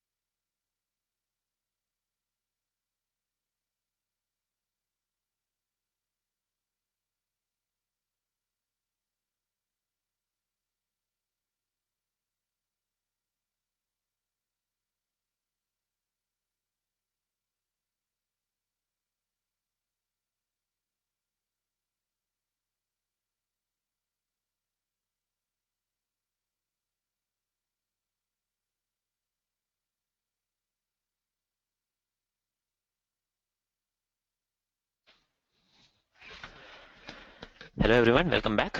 We are starting. So economic survey has another important aspect to discuss. And this is very, very closely linked to I as well as slightly linked to NX. This is the difference between pro-competition and pro-industry. Now, economic survey says earlier we used to be anti-markets. We used to hate markets and we used to be completely pro-state. Now we have moved to being pro-entrepreneurship, pro-industry and skeptical about state. But economic survey says there's a critical analysis. Okay, this can easily come as a question. Pro-industry is not enough. It has to become pro-competition or pro-market. What is the difference? Pro-industry means protecting existing industry. Pro-competition means promoting more and more industries, including foreign companies, to come in. So exemptions, tax exemptions, subsidies, favoring some businesses, nepotism, providing government contracts to some people, etc., are all impeding competition. These are all legacies of history, of the things that we were doing earlier. Now we have to stop those things and become more pro-competition. We'll come back to this in the chapter 2. Similarly, just because you can't just be skeptical about the state. Now, all our tablet and classroom students will know that there's a very clear distinction between what the state can do and what the private sector can do. There are some goods called public goods, which only the government will be able to provide. Private sector cannot get into it because there is no exclusivity. There is no way to get a profit out of those things. There are some goods called private goods, which is easily, you can exclude people and you can make a profit out of those things. There only private sector should be playing. So here private sector should not play, here government should not play. When these things get mixed up is when economy starts having some problems. We have also studied about Pigouvian taxes and Pigouvian subsidies, which areas government should be promoting, which areas government should not be promoting, etc. Those areas are legitimizing essential roles. Those things government has to perform, only then can we realize our potential. This whole slide is very, very important. Language is completely worth adopting. So consider this full slide as underlined. I didn't underline the whole thing because it won't look good, won't be easily readable, but consider the whole thing is underlined. Very, very important language here. And understand how it links to I and NX. So sit with this page later, try to understand it well. Now again, discussion about India's potential. If you remember, India has a potential of 8 to 10%, but how can we go there is what the rest of economic survey is about. How can we achieve a potential, or at least move towards achieving a potential? Economic survey says there are 3 aspects only. In the previous economic survey, there was a 4th aspect also, which was GST. This time they have removed it because they were not able to push it. So economic survey is admitting defeat through 2 on GST. Let's see what progress happens there. But as of now, this economic survey says there are 3 aspects where we should be focusing on. One is called countering the Chakravyuha challenge. We'll be discussing that in the next chapter. Second is improving human capital and service delivery. It's linked because this essential services. What is the meaning of an essential service? Like water, electricity, subsidy for food, etc. So you cannot improve human capital without also providing some essential services such as health, education, electricity, water, etc. Because how can you invest in human capital unless those things are also coming to them? So these things has to go together. Third one is do not neglect agriculture. Now, as climate change becomes more and more important, and as El Nino shows us, climate and agriculture is very interrelated. So agriculture and climate change again has to be one focus area. So overall 3 focus areas: Chakravyuha challenge, which is about industry; human capital and service delivery, which is about people or social security; agriculture and climate change, which is about agriculture. So industry, people, agriculture. 3 focus areas for the economic survey. So first one is Chakravyuha challenge. We'll be discussing in the next chapter. It is some impediments to investment which we should remove. We'll be discussing that. Second is human capital and service delivery. In human capital, it's health and education where you invest in. Chapter 5 will focus on early health, mother and child health. Later on, Chapter 7, Chapter 9 and Volume 2 will discuss on human capital investments. Chapter 9 will discuss on, Chapter 10 will discuss on labor market issues, which also affects human capital. So we'll be covering them in the respective chapters, not in this particular area. Service delivery is essential for quality of life. Without that, whatever investment you do in human capital will again get eroded consistently. So there, economic survey discusses in chapter 3, 6 and 11. We'll be discussing there, and the focus is always expand capacity, improve efficiency. So if you remember nothing else about service delivery, any government service is all about expand capacity, improve efficiency. Take railways, transportation service. You have to expand railways capacity because there is too much demand and too less supply, and improve efficiency of the railways. Any government service you take, it's always about expanding capacity, improving efficiency. And we'll be discussing them in respective chapters 3, 6 and 11. Third focus area, agriculture and climate change. Climate change. India cannot neglect agriculture. We have to protect our farmers, crop insurance, etc. This will be focused on in chapter 4 and in chapter 9. Climate change will cause a new situation in India under which we have to get more from less. So we can't keep on subsidizing people and allowing them to waste fertilizer, water, power. When you give water and power for free, what happens to those things? They get wasted. We can't do that anymore. We have to protect the environment. We have to preserve our resources as much as possible, especially the non-renewable resources, etc. And plus, most of the subsidy, etc., what we're giving is benefiting the rich and large farmers. We'll be focusing on this in chapter 8, volume 2, about climate change. Also, the agriculture chapter will touch on the same issues. So that's how the economic survey is going to progress. Now, after all this, just the broad outline of MP and FP, monetary policy and fiscal policy. Monetary policy, RBI, please relax monetary policy. Go for easing is what economic survey recommends. In fiscal policy, government is not going to do anything. Government is going to go for consolidation. So I has to be boosted via reforms and with monetary policy, not via G. That is what economic survey clearly concludes the first chapter with. Now, there are some important phrases to remember. The economic survey says fiscal policy is going to be more consolidated, but economic survey says competitive federalism is a new aspect which is developing in the economy, which is going to give a lot of scope, which is a room for optimism. Now, very, very important language. Please remember, these are important phrases you have to remember. It's given prominence. Why should we be optimistic? because states are now competing with each other. Competitive federalism. Suppose Karnataka is there, Andhra Pradesh is there. Who will get better investment? When a new company comes, where will they go? Whichever state offers better options, better models, better finances, better infrastructure, there they will go. So states are performing better who are putting more effort into investment, etc. They're attracting resources, talent, technology. So this is the meaning of model or magnet. Now this means good economics is good politics, because more investment means more jobs, people are happier, they're voting. So state governments are getting elected who are doing all this good economics. So important place, good economics is now good politics also. So we can take confidence and optimism from that fact. That's what economic survey says. With that, we conclude chapter 1. We move on to chapter 2 now. Chapter 2 has a very interesting title, The Chakravyuha Challenge of the Indian Economy. And this chapter is an introduction to the biggest problems which the economic survey wants to highlight. Investment is a problem in India. Export is a problem in India. In both areas, India is facing Chakravyuha challenge.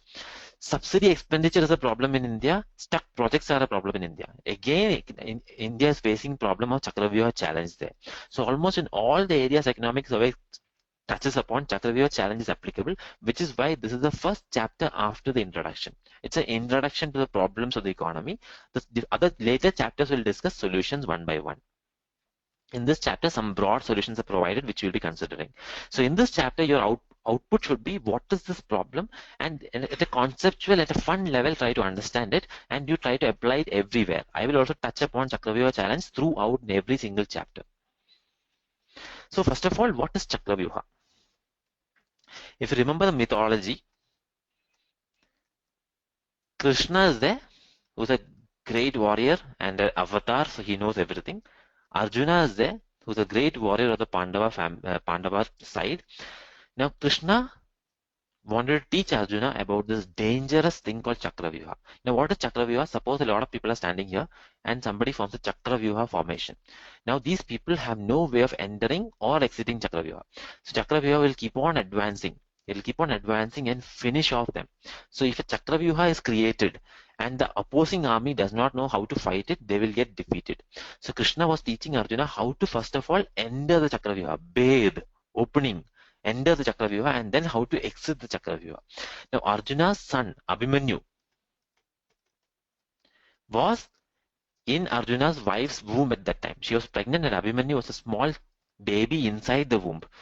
So when Krishna was advising Arjuna, Abhimanyu overheard it, and he is such a brilliant student that he was able to learn it.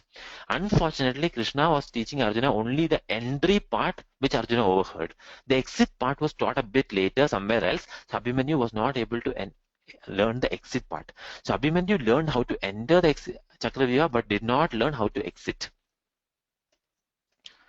Now please keep this in mind. Now let's transform this into Indian economy. Indian economy is facing a Chakravyuha challenge. We have been facing for a long time. Indian economy is like Abhimanyu.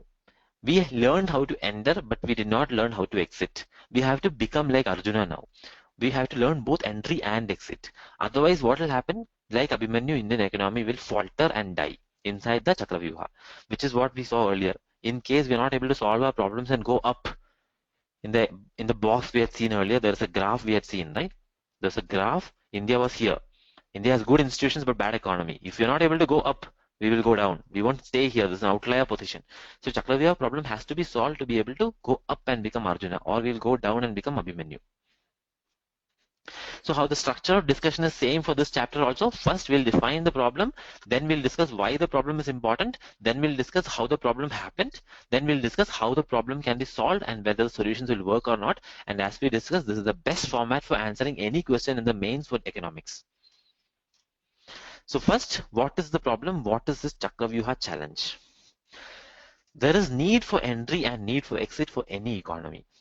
In an economy, if people can't enter, which means if you can't start projects, if you can't start companies, if you can't start anything, then the economy will be completely stagnant.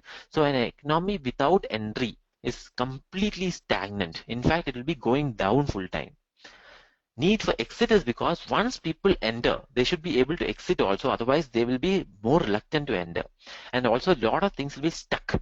So an exit less economy becomes stuck in a lot of areas. So we'll have a lot of stuck patches here and there.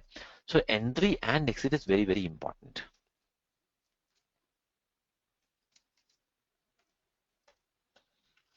So market economy needs to be able to have entry of firms, ideas, technologies. For example, imagine that you're using a laptop or a computer right now, right? It entered the Indian market. We didn't invent the computers. What if entry was not allowed for computers? Would we be able to have this lecture now? Would you be able to even download the economic survey? Would you be able to get anything easily, all the knowledge you're getting? It becomes so difficult. So new ideas, new technology has to be able to enter. And exit is also required for firms. Otherwise, investment does not happen. We'll discuss the exit problem. But entry is also very, very important. So if you want capital, resources, technology to come to the economy and be used productively, entry is required. However, once they enter, it should not get stuck. Suppose you start a company now with investing 100 crore. You started a company in floppy disk. Then you realize floppy disk nobody is using. You have to exit. You have to start moving into something else. Maybe you can start having hard disk technology. But if you can't exit, if there's a regulation saying you can't exit, then you are stuck producing something which nobody wants. So if you want to divert resources to efficient uses from inefficient and unsustainable uses, you also have to have exit. So in any economy, entry is required, exit is required. Just like in a Chakravyuha, if you want to solve, you should have entry and exit. So please have that clear in your mind. So let's take a few examples of Chakravyuha one by one. Let's say Air India. What happened in Air India? And in the beginning, when civil aviation was starting, Indian government had to make a choice. India had to have the technology entering. So we wanted to enter the technology. Now, nobody in the private sector had the capacity to start a big airline at that time. So Indian government decided, see, a lot of capital investment is required. Only the government can do it. So let's do it. So entry was allowed. So Air India was started. But once it started, later on Air India started becoming very unprofitable. Not good service was being provided. But can you shut down Air India? No, because the government enterprises, thousands of government employees are there, unions are there. So government has no way to exit. And also if Air India stops, then how will India have civil aviation? So that was a big issue for government. Government was stuck running a loss-making organization for a long, long time. So Air India, government entered, got stuck. Like Abhimanyu went in and got stuck in Chakravyuha. Second, BSNL or MTNL. MTNL is actually a better example than BSNL. So in MTNL or BSNL, again, same thing, right? Across India, you have to lay the telephone lines, you have to put up towers, you have to provide services to so many people. Private sector would not have been able to do it at that time. Only BSNL or the government had the capacity to do it. So government entered. Government started providing subsidized services, etc. But service quality was not good. Again, government was stuck. Losses were being made. But again, same problem. Government cannot exit without compromising on people as well as employees. So again, government was stuck. So Air India stuck, BSNL stuck, MTNL stuck. Government started fertilizer subsidy. Why? Because after green revolution, input costs increased a lot. The poor farmers would not be able to purchase so many expensive fertilizers. So government, to reassure the farmers, told that, see, fertilizers I'll give you at a subsidy. So you guys start. Don't be too afraid. So farmers started using subsidy. They started having good revenue also. But government got stuck in the subsidy business because now the farmers, if any government tries to stop the subsidy, farmers will be completely against the government. They lose the election. Similarly, the subsidy companies, the import companies, everybody would be rallying against the government if government tries to stop the fertilizer subsidy. The fertilizer subsidy is again loss making for the government, plus it's having environmental impact also. So in spite of bad things, government is stuck. So Air India stuck, BSNL stuck, fertilizer subsidy stuck. Everywhere government enters, government gets stuck. Suppose government also started announcing MSPs on crops because to protect the farmers from price volatility. But once in any one crop you introduce MSP, can you remove it in that crop? All the farmers of that crop will be against the government. So every crop government introduces, government is stuck in that. So government is now very reluctant to introduce MSP even in a crop where it's required. Suppose today one crop is very volatile, other crop is stable. Where should MSP be applied? To the more volatile crop, right? But you cannot stop MSP on a crop. So again, government is stuck. So again, MSP also has a lot of side impacts. MSP is causing farmers to cultivate more cereals and less pulses, which is causing a lot of problems for Indian environment as well as for food prices in India. So again, stuck. Election freebies, which meaning is that, giving free money, liquor, TV, laptops to people. Again, once governments start doing that, they get stuck doing it, even if it's not a good practice. Another good example would be, suppose, let's say government announces a tender. Government wants to construct a 100-kilometer road. So there's a 100-kilometer road to be constructed. So there is a firm who took up the tender, and firm said, I need some loan for this. So the firm went to went to a bank, took 100 crore loan for this.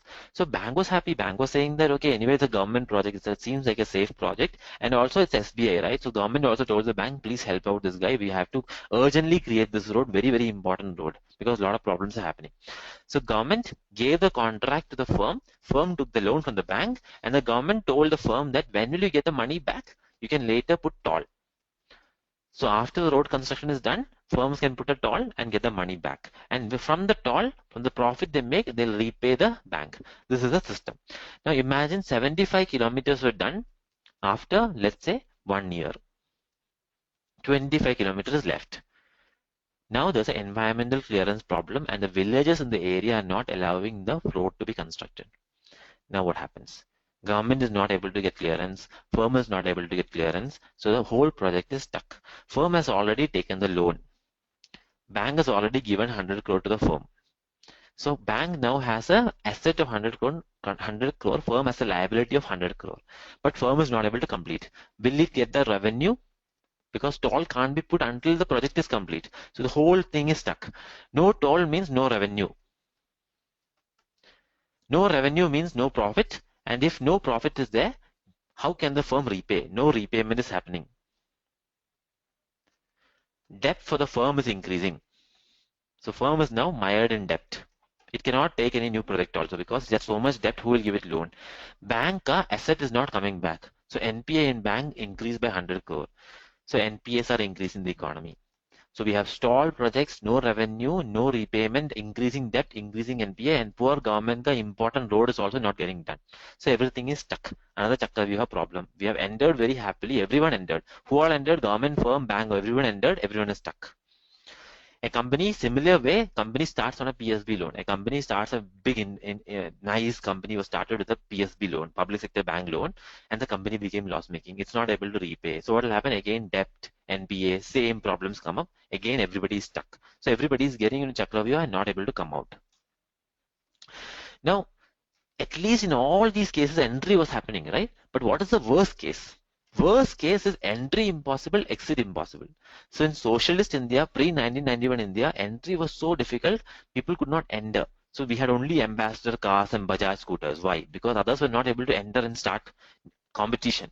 Exit was also impossible because there were government regulations in place that if you are a company, if you're a registered company, it's very difficult to exit. So it was a worst case. Best case is easy entry, easy exit. That is where we should move towards. So in socialist India, as we saw, entry was tough, exit was tough. Recent India, entry is easier, exit is very tough. Tough, not taught, it's tough. Reforms are needed to make entry even easier. We have to liberalize entry, we have to liberalize FDI, we have to liberalize all these things. And we also have to make exit much easier. That is how we'll solve the Chakravyuha challenge. So let's have a quick look at how did India end up in a situation where entry was difficult and exit was difficult, and how did India move into a situation in which entry became easier and exit is still difficult.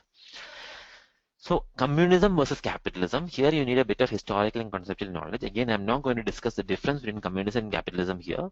As students who are writing 2016 examination, you should be clear about these things. These are fundamentals of economics. If not, please contact us. We'll be able to help you out with the classroom and tablet courses, etc. Otherwise, please read the relevant books and get the information for yourself. Now, we know that India, before it became independent, was a colony. Now, the whole colonial system started with mercantilism. Mercantilism was an outgrowth of capitalism. So the whole colonial system was actually capitalism in a very, very mutated and bad form.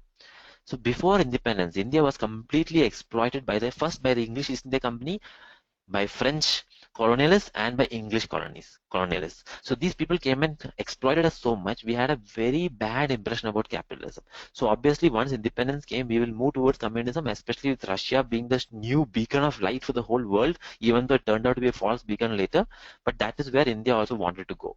So India adopted a socialist mentality. We didn't go for complete communism because that was the intention of the major leaders who were biased towards socialism. So India went for a socialist mechanism. Now, in socialism, we try to protect too much. There is too much protectionism going on. We wanted to protect our own industry. We were very, very strict about licensing, quotas, no import was allowed, foreign exchange was being protected. There was a lot of situation there. Turned out to be a complete Chakravyuh. So our economy was stuck completely because no entry was happening, no exit would happen, completely stuck. So Indian economy was getting destroyed by this Chakravyuh, which is the non-market system, the socialist system. That's basically what the economic survey is trying to tell you. Gradually, around 1990s, we started having a lot of debt. Now, once we had a lot of debt, we said, okay, we will listen to Arjuna. Sorry, we will listen to Krishna. It's Krishna here, not Arjuna here. So just like Abhimanyu listening to Krishna, India also listened to IMF, and we started to moving towards marketism. So we introduced the LPG reforms. Liberalization is about entry. Globalization is about entry. Privatization is about entry. What is the meaning of liberalization? More people can enter easily. Liberal entry. Globalization, global parties can now enter the country. Globalization. Privatization means government monopoly is now abolished. Private companies can also come in. Privatization. And even existing government monopolies have been given to private sector. Privatization. So everywhere we listen to Krishna, learned entry, but not fully. We didn't learn that exit is also very important. We kept our non-exit mechanism. So we had entered the Chakravyuh, we had started fighting. Until then, we were not even able to fight. At least after entering Chakravyuh, we could start fighting. But we started facing problems from that time onwards, and now we are fully recognizing it and trying to address it. But every economic survey, if you read earlier also, they are also talking about the exit problem. Just that they didn't talk about a Chakravyuh problem. It's a new terminology used by the economic survey. So overall, it's a very good metaphor because it's half learning is dangerous. We learned only entry but not exit. We had learned exit also.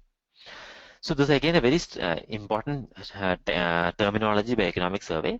Indian economy moved from socialism with limited entry to marketism without exit is what they say. Very, very important terminology. Please remember that. Now, why should we worry about exit? If exit is not there, there are certain costs incurred by India. They are split up into three categories by the economic survey. First is fiscal cost. Because government has to support all these bad firms like Air India or MTN or other firms, government has to subsidize them, government has to give tax benefits, tariff, loan, easy loans, etc. These are all costs. These increase the fiscal deficit of the government. Revenue is less, deficit increase, debt increase because of this. And this is something we don't want. Second, economic cost. 100 crore and lot of machinery and labor is invested into creating something which nobody wants. If exit is not there, all the resources getting stuck there. We could have utilized those resources for more productive uses, even especially land. Unnecessary factories littering the land. Land can be used for more productive purposes. This misallocation of resources is called economic cost. Now, our tablet students will know it's called opportunity cost. Very important concept in economics. Again, I'm not discussing that. It will be there in NCERT also. You can read up from there. Political cost is that when the government is subsidizing these things and government is helping these inefficient people to prosper, effectively benefits are all flowing to the rich. And the rich in turn foster corruption. And when this happens, the trust of the public starts eroding. The public starts trusting the democracy less. Now, if you remember the earlier graph, we had a graph like this where India was here, China was here, remember? If the trust in the public erodes, then we will start having our institutions, democracy will start coming down. Then we'll move towards here instead of moving towards here. We'll go here instead of here. So that is a very high cost for us. That's a political cost of impeded exit. So because of all these considerations, we have to quickly solve the exit problem in the economy. Now, if you don't want to write Chakravyuha problem and all in the actual exam, you can always write exit problem. It's a more formal way of writing it. Same way if you're discussing with other people outside the country, etc. If you say Chakravyuha, etc., nobody will understand. So you can say exit problem in the Indian economy. Both are same. Now let's take fertilizer as an example of this cost. Subsidies is 8.8% of GDP. So a big fiscal cost, high amount of money is being diverted to here. Plus there's a lot of leakage. A lot of this money is going for non-agriculture uses. It's going to rich guys. It's going to middlemen. Corruption is happening. So a lot of fiscal costs there. Economic costs, subsidies are going to inefficient producers and rich farmers. So the people who actually need subsidies, they actually need fertilizers is not getting it. People who don't need are getting it and they're wasting it. So wastage is happening, which is economic cost. Political cost, these farmers, rich and poor, is now holding the government hostage for fertilizers. Licensed producers, importers, farmers, everybody is now prospering because of this, which is having a political cost. It's just an example as fertilizer of the same thing we discussed in the previous slide. Now, One example of what the economic survey says of the big problems of non-exit is big firms is equal to more employment. Now, normally what should happen when a firm becomes big, it should hire more and more people. So when you start, maybe you have 10 people. 10 years later, you should probably have 1,000, 2,000, 3,000 people. 40 years later, you should probably have like 5,000, 10,000 people. This will happen if there is an incentive to grow. But because there's an exit problem, companies don't want to grow too much. There are two types of exit problem here. One is that companies become very big, they cannot shut down easily because they're now under scrutiny of the government. Second is because if they hire people, it's very difficult to fire people, especially in manufacturing. In services, it's slightly easier. So they're not trying to hire people at all. They're trying to go for contract labor, casual labor, etc. They're not hiring people. So because of all these, in India, the old firms, even a 40-year-old firm, is only 1.5 times as large as a new one. So when you started, you had 100 employees. 40 years later, you have 150 employees. What is the meaning of that? What is the growth in that? Where is the employment generation in that? You're supposed to protect employees by putting all these labor reforms, but how are employees being protected if no employment is happening? So these are reasons, these are some examples economic surveys highlighting to make us understand the problems of exit problem. So in US, for example, you can see the growth. Even in Mexico, there is a growth. In India, there is hardly any growth. So again, before coming to the next important part, we'll take a very short break, 2 minutes break, 2 to 3 minutes break. Please ask any questions you might be having during this short break.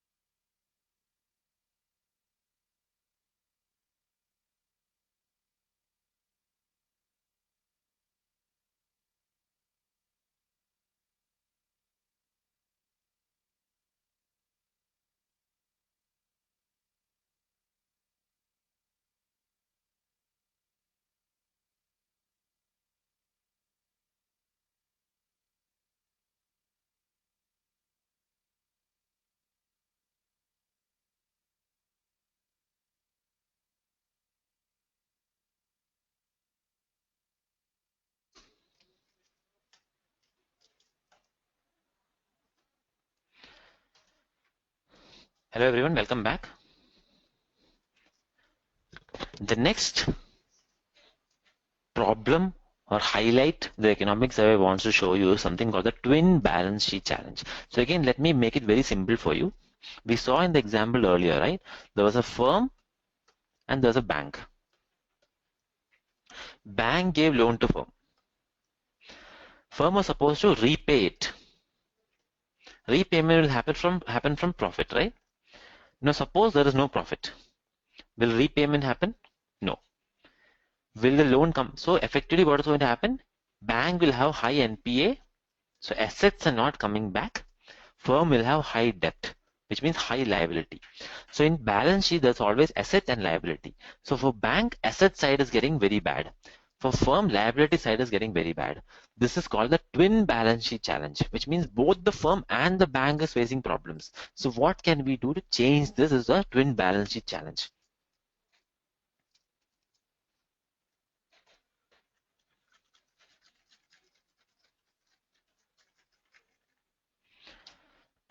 So both PSBs and a large firms are having impaired financial position, which means either they have very bad assets, NPAs, or they have high liabilities. So economic survey clearly says TBS problem is a major impediment to private investment. Now because firms are having high debt and no profit, will they invest? So no investment is happening. very low investment is happening, and because of that investment, if you remember NX and I, the two crucial areas, right? So we have to solve this to improve investment.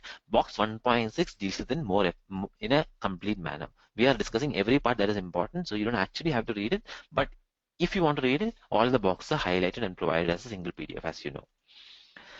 So stressed assets for banks and low profits, high debt, and no investment from firms. This is a twin balance sheet challenge. Very, very simple. It sounds complicated, very simple.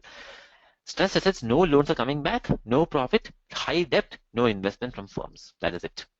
Now we need to have some solutions. So some solutions has been already attempted.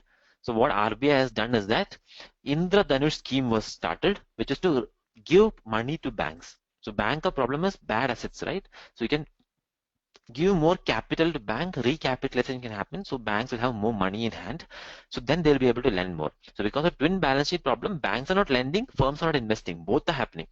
That's causing a big problem for the economy. So if we can give more money to banks, they might start lending again, so at least whoever wants to invest will be able to borrow. Second, RBI initiated two things called 5:25 and SDR schemes. So an SDR scheme is a very simple scheme. What it means is that suppose bank is there, firm is there. This firm is worth 100 crore, 1000 crore. Bank has given 100 crore as loan. 10% of the worth of the firm has been given as a loan. Now suppose firm is not able to repay and firm goes and tells to bank, I want to have a restructuring agreement under which after some time I'll pay. Then what the bank will say is that I will go for strategic debt recovery.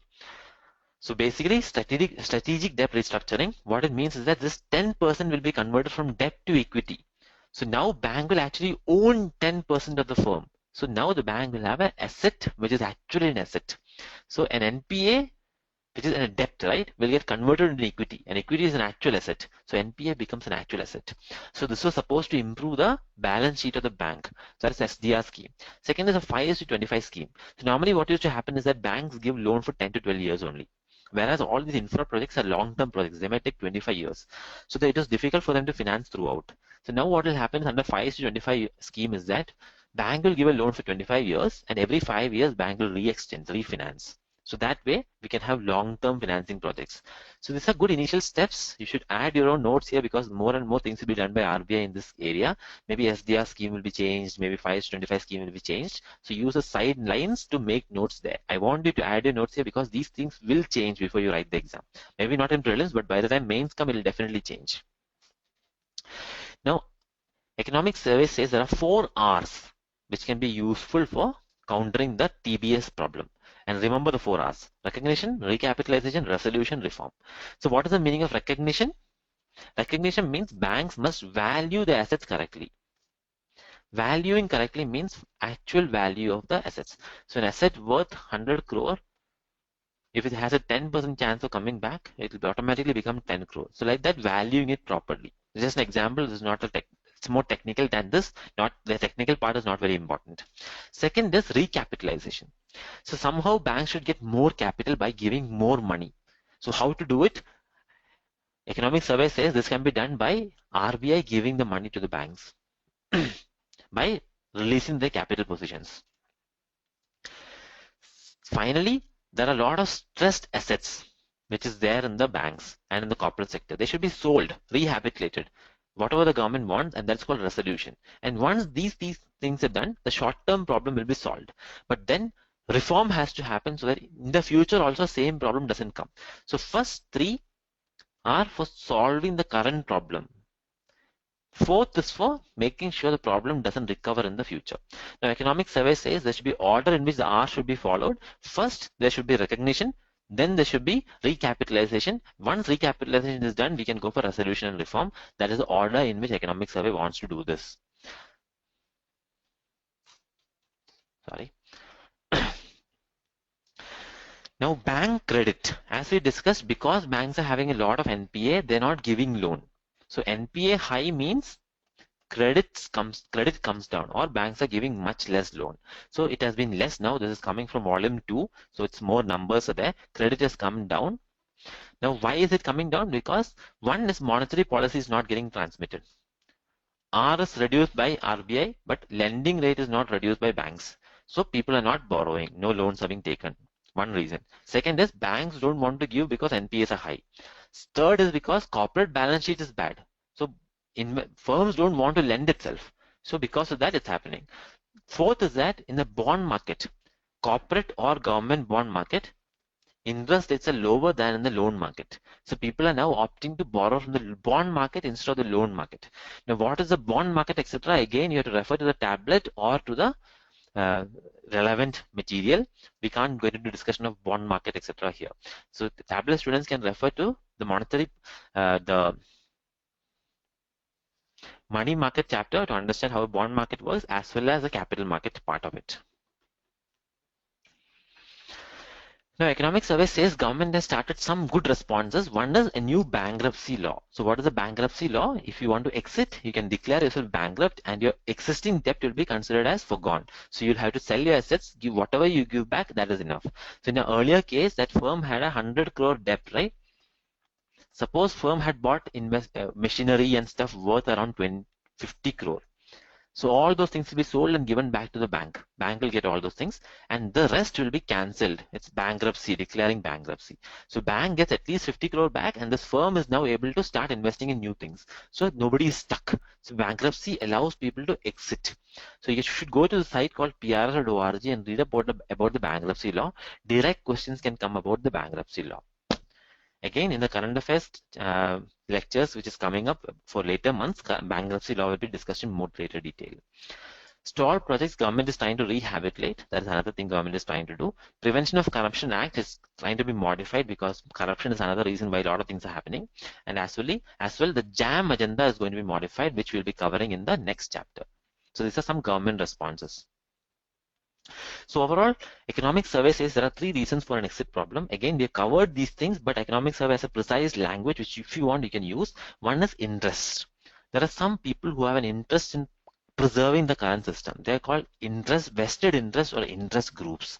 Now, these guys will try to keep the existing things. They will not allow the government to exit. That is interest. Second is institutions. We have some bad institutions and some strong institutions, etc. An example of a weak institution is DRT, Debt Recovery Tribunal. It was set up to resolve these cases very fast. Suppose a firm has taken a loan and it's not able to pay back, bank should be able to go to court and seize the assets of the firm very fast. To do this fast, DRTs are set up. But 4 lakh crore unsettled cases means it's a weak institution. It's not happening properly. Moral hazard problem is when somebody does something wrong and it's not punished, next time they will do it even more. They will do even more wrong things. So punishment has to happen properly, which is an institutional problem which has to be fixed. The third I is ideology. We as such have had a socialistic ideology. It's enshrined in the preamble of our constitution also. We are a poor country and we are a democracy. So anything like removing MSP, tax concession, anti-poverty program, etc. will be difficult. Even though they are not targeted, they are not benefiting the right beneficiaries, even then ideology of the country makes it a bit harder, especially for parties to change. Political parties to change the ideology is harder. So because of that, all these things cause the exit problem or the Chakravyuha problem. So 3 I's cause the Chakravyuha problem, you can say. Just a graph about the Debt Recovery Tribunal ka increase in cases. You can see it's continuously increasing.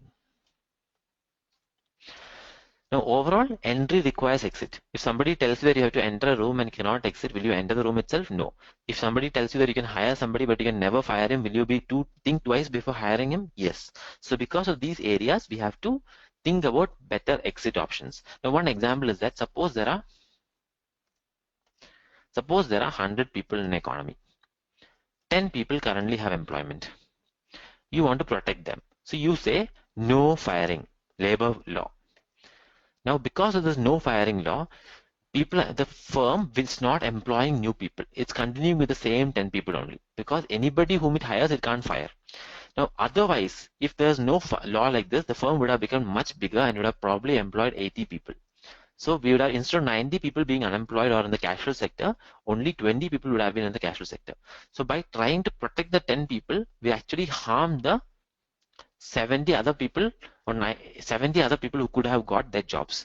So does it really protect the workers? Is that what we want to do? Or should there be a change in labor reforms? These things are discussed in the labor reforms chapter. We'll be coming back to it at that point.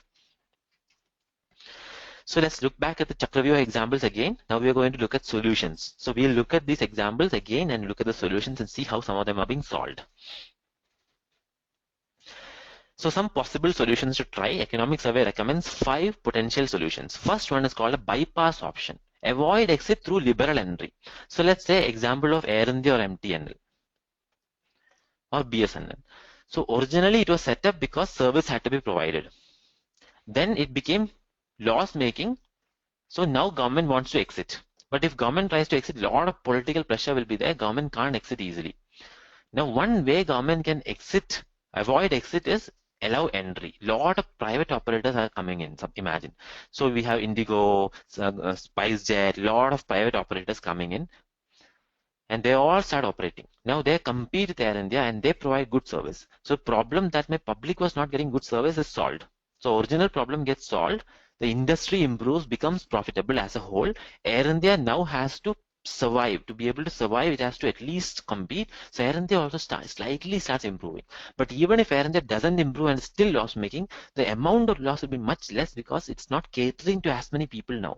If earlier it was catering to 100 crore people or 10 crore people, now it's catering to only maybe 1 crore people because majority of the market is now held by other players. So what have you done? You have gone for a convenient solution under which you didn't have to shut down Air India, but you solved the problem at least temporarily. So it's called the entry favoring approach, and that's virtue of political expediency. It's a smart approach. That's what it means. So overall, the strategy has worked. So public sector is now having a small size in the sectors like telecommunication, Indian aviation, etc. So people like Airtel and Indigo has the biggest market shares now. So exit problem has been skirted but not avoided. At some point we still have to solve it, but it has been postponed. That much we can say. However, will it solve a subsidy problem? Subsidy was started, cannot be exited. PPP project can be solved. Failed company with loan can be solved. Those areas is harder to solve. However, if we allow more banks to enter, maybe public sector banks' inefficiencies can be rooted out. That way, in the financial sector, it is still a possible entry favoring approach is possible, which is why RBI is now licensing new banks, bringing in banks like payment banks, etc. So the same approach is being tried there also. Let's go to the second potential solution, which is the direct policy correction. So you know something is wrong, you correct by introducing a policy. Example is bankruptcy code. So the company has taken a loan, is not able to pay back, introduce bankruptcy code. Now the company can declare bankruptcy, sell its assets, pay back whatever is capable of paying back, and then both the bank is free and the company is free, and the judicial system is also free out of it now. So there it is possible. In a PPP project, maybe not so much. We have to have a better contract in place. So KELCA task force is there, which is set up with the clear job of introducing a new principle of renegotiating PPP in case there is an issue. But moral hazard should not come, because if you allow people to do whatever they want, they'll start doing whatever they want. That is moral hazard. So PPP projects are going to be renegotiated. A framework for that is being constructed. That's a direct policy correction again. Third solution, which is a favorite solution in this economic survey, is technology solution. So we have looked at the problem, right? Introduction to problem is done. Now we are moving into solutions. We'll be covering one by one all the solutions. Now technology solution, spreading jam across India is what economic survey very, very catchily says. So most of the exit problems can be solved with technology is what they're saying, because it allows targeting and allows distortions to be removed and corruption to be removed. So solutions are possible there. The fourth one is an interesting one, but it's a very, very ambitious one, because it's saying there's a lot of cost to no exit. For example, MSP. You introduce MSP in cereals, so everybody is producing cereals. Now everybody is producing cereals and sugarcane, etc. Because they're having MSP like support systems by government, they're water hogging crops. So when you're doing lot of overproduction of cereals and sugarcane in less water areas, you tend to have problems, environmental problems. You tend to have more fertilizer required, etc. And this is costing the people their lives also. Their water is disappearing. Now, if we can somehow convince them, educate them that this is the problem, then public pressure might go against the crop.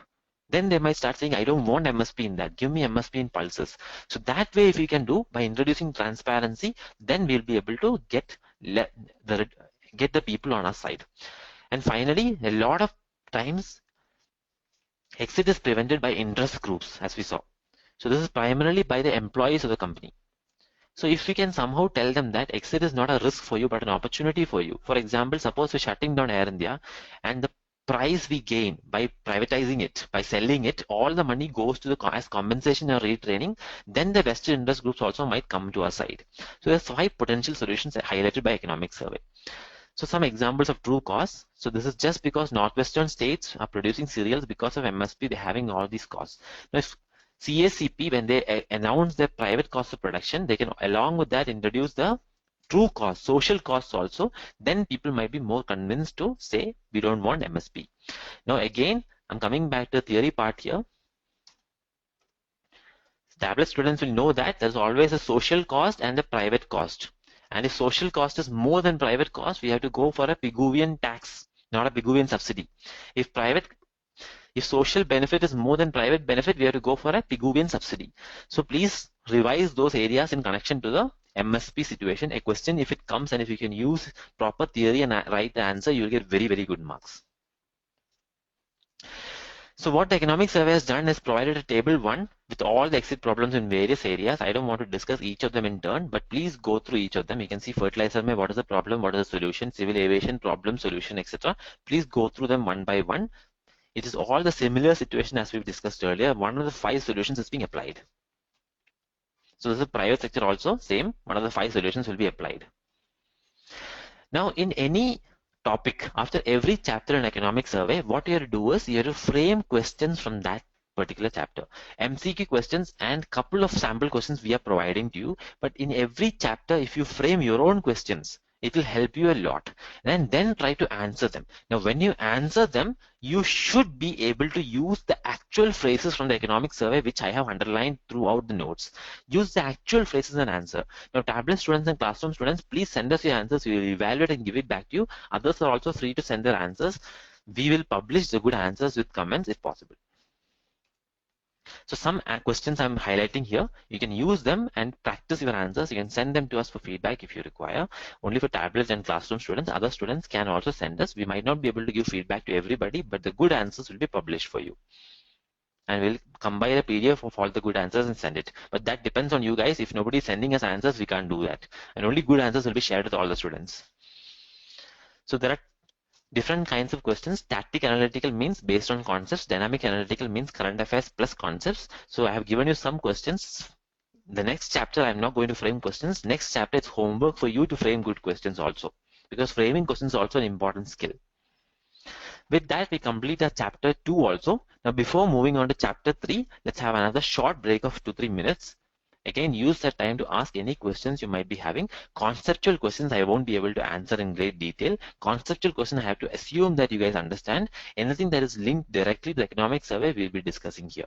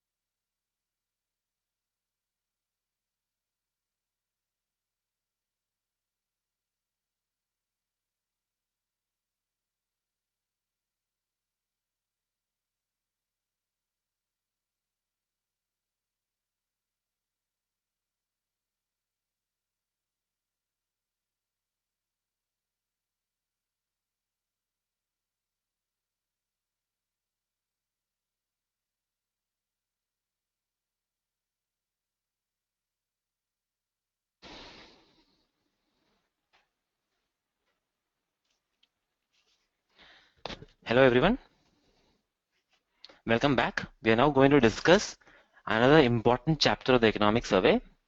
This is the favorite solution in the economic survey. So this first three chapters are actually the most crucial in the economic survey. Chapter 1 introduces everything. Chapter 2 introduces the problems. Chapter 3 introduces the favorite solution. So if you understand these three itself, rest of economic survey can be connected to it. So make sure you have understood this very, very well. Revise these three chapters very thoroughly. And any problems, any issues, our students can directly contact your mentors. Others, please contact us if you want any help in terms of joining for tablet program, classroom program, etc. Otherwise, we can also guide you on which books might be required, etc. So let's move on and discuss how to spread jam across India's economy. So very catchy phrases as usual. Now here I would recommend that don't use the exact phrases in the exam. Don't go and write about spreading jam across India's economy unless it's an essay question, or if you're unless you're able to back it up with very strong theoretical language also.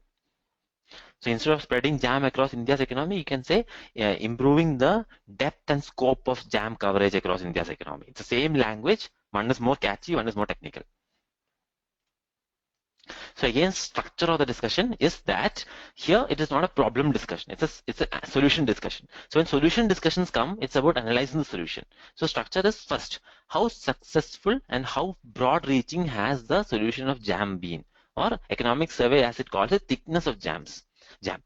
Then once we say how successful it has been, we can't just say, okay, it was successful and leave it at that. We have to analyze why it was successful.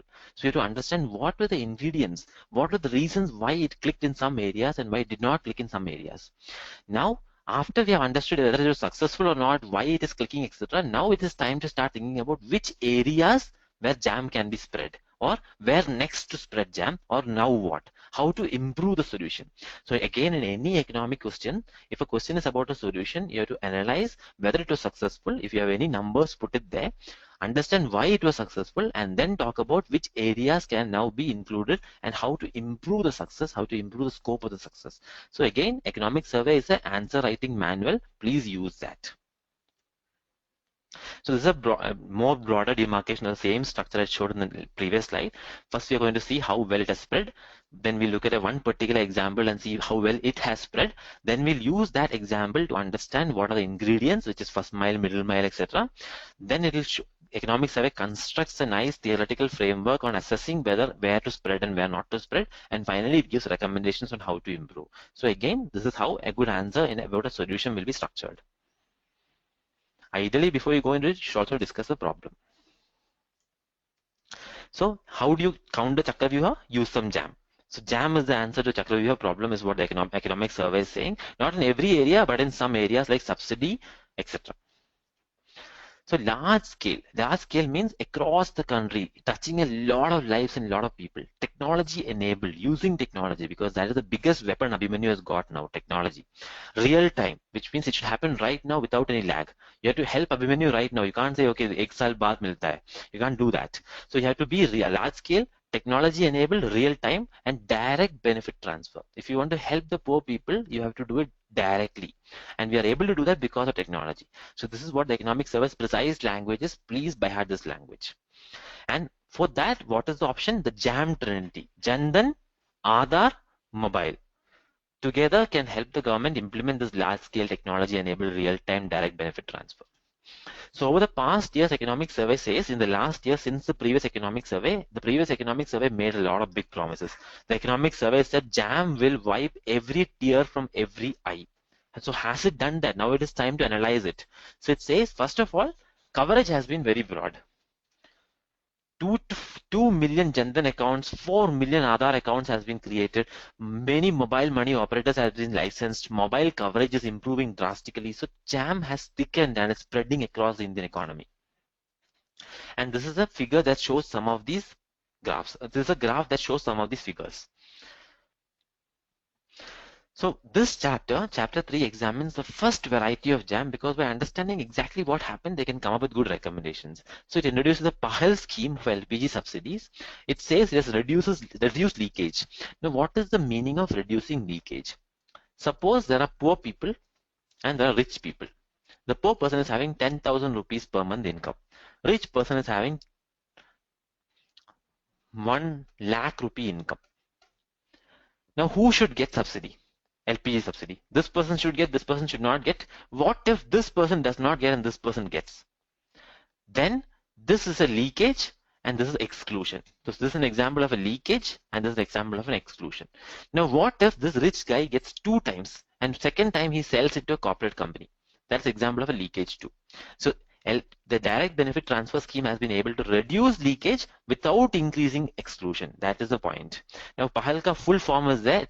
It's a slightly complicated in Hindi word. I'm not able to pronounce it properly. Anybody who's able to pronounce can use it. Otherwise, just say PAHAL. And if you want to read more about it, please visit the PIP site, the release about the PAHAL scheme. Now, the ingredients of JAM is very simple, which means what are the things that helps JAM succeed. Now, suppose government wants to transfer rupees 1,000 to every poor Indian. So every below poverty line Indian government has to transfer. Now, to be able to transfer this 1,000 rupees, 3 things are required. First, identify the person. You should be able to know who it is. Second, you should be able to give the money. There should be some way to transfer. Identify, transfer. Third, once it is transferred, they should be actually be able to access their money. So identifying means having a database. You should know who are poor, who are not poor, who requires and who does not require, who has how much money, etc. To be able to transfer, you should have some mechanism of transferring. If the person is sitting somewhere in some poor village in Bihar and the government is sitting in the either as the capital of Bihar or even in the capital Delhi city, how can they send the money? The money can't be sent by courier, right? It has somehow reached them directly without leakage. So for that, you need to have banks. So you need to be able to transfer, identify, transfer. But even if bank account, in your bank account, the money has reached, you should still be able to access money. If you can't access the bank, if bank is too far away, if bank is too difficult, if you don't know how to use banks, if you're not illiterate, how will you access their money? So all 3 areas. So here you need some technology or some intervention. So all 3 are required to be able to transfer 1,000 rupees. Now, if you're failing on one, then you'll have inclusion errors and leakage. Inclusion errors is when somebody who should get is not included. That's an inclusion error. The poor person not getting is an inclusion error. So benefit intended to the poor will go to the rich. Rich people will have 2-3 cards. They'll have 2-3 BPL cards, 2-3 ration cards. They'll get even more. They'll sell it in the market. They'll make a profit. These are called ghost beneficiaries, etc. Because their people don't exist, but cards exist. Failures of 2 and 3 will lead to exclusion errors. People who should be getting, one person should be getting, but he doesn't have a bank account, he's not getting. One person should be getting, he doesn't have access to bank nearby, so he's not getting. These are exclusion errors. Somebody who should be getting, not getting is an exclusion error. So I think I told slightly wrong in the earlier point. Inclusion error, somebody who should not be getting is an inclusion error. So the poor person not getting is an exclusion error. Rich person getting is an inclusion error. Okay, so in case I confused you, sorry, this is the proper schematic. Poor person not getting is exclusion error, rich person getting is inclusion error. First one leads to inclusion errors, second and third leads to exclusion errors. Now economic survey says government should be very sensitive about 2 and 3 and try to address it properly. So overall there are 3 ingredients. Government to beneficiary first. This is identification, identify. Government to bank second, this is transfer. Bank to beneficiary third, which is access. All 3 ingredients of jam has to be proper, otherwise the jam won't be tasty. Nobody can eat it properly. So each of them is elaborated in economic survey. We already discussed in some detail. First is government to beneficiary challenge of identification. What is required for identifying? You need database of eligible individuals, which is not easy. But even before Aadhaar, it was there. BPL card is there, driving license is there, but because of politics and discretion, people are able to do corruption, duplicate names, etc. came. Aadhaar's benefit is that technology finally comes in. So when you use technology, intervention by people is less. So because of that, people are able to understand also, it is simple also. So now a lot of people have good penetration of Aadhaar. So Aadhaar is something we are good in. We have been able to achieve it well. Aadhaar penetration is good. People have access to Aadhaar. So government is able to collect the necessary data is what the economic survey is claiming. So if you see this graph, except for the 4 northeastern states, others seems to have good coverage of Aadhaar. Kashmir also seems to be slightly bad, but most of them are either primarily in the green region. So Aadhaar penetration is good. So the first ingredient of jam seems to be okay. Second is bank accounts for beneficiaries. So here, government to bank, how do you transfer? How do you pay? So it's about payment or transfer, the challenge of transfer. So now you should be, you identify, now you should transfer money to them. So here everybody should have a bank account and government should have their bank account numbers and it should be linked to their original database. Beneficiary database and bank account database has to be linked, which is the Aadhaar and bank account linkage has to happen. Now this is what government is trying to solve by the Pradhana Mantri Jan Dhan Yojana. In Jan Dhan Yojana, everybody should get an account. That is the basic idea. So here Guinness record has been set in the number of accounts opened per day, etc. Questions might not come, but interesting facts. But even despite that, in a lot of states, the account penetration, number of people having access to accounts is very low. So 75% plus in only 2 states. So because of this, exclusion errors can happen because DBT not reaching unbanked beneficiaries. So economic survey has a language here. The unbanked are more likely to be a constraint than the unidentified. So identified problem has been solved to a large extent. The unbanked problem we are currently solving. At least we have a scheme in place. We are trying to solve it. Now, if you look at the penetration, you can see concerned areas, a lot of concerned areas, only few states have green areas. So bank account penetration is not that great. So something that has a lot of scope for improvement, but Jan Dhan Yojana is going at a record setting pace. So if you want to write an exam, you can say record setting pace instead of writing Guinness record, etc. Now, last component, payment to beneficiary, the last mile challenge. So economic survey says last mile challenge, very important. This is the access problem or the challenge of access, how to get the money into the people's hands. So having transferred money to bank account, can government say, okay, my job is done, you go and collect money. What if the bank account is 50 kilometers away and going there costs 100 rupees? What is the point of going till there, get a 1,000 rupee note? So government's job is not done. Government has to provide access also. So in India, we have a serious problem. Only 27% of villages have a bank within a 5-kilometer radius. So RBI to help has been licensing a lot of new banks, etc. But primary thrust has to come from government also in this case. So here government economic survey compares to Kenya because we should know how much penetration we have, right? So Kenya is supposed to be a country with good financial inclusion. So there, banking correspondents are people who basically, there's a person here, there's a villager and there's a bank. Banking correspondent interact between the villager and the bank. Banking correspondent helps the villager bank even though bank is very far away. So in Kenya, the population to banking correspondent ratio is very good. In India is 1:6,630. So less than 3% of ideal is what is India's level.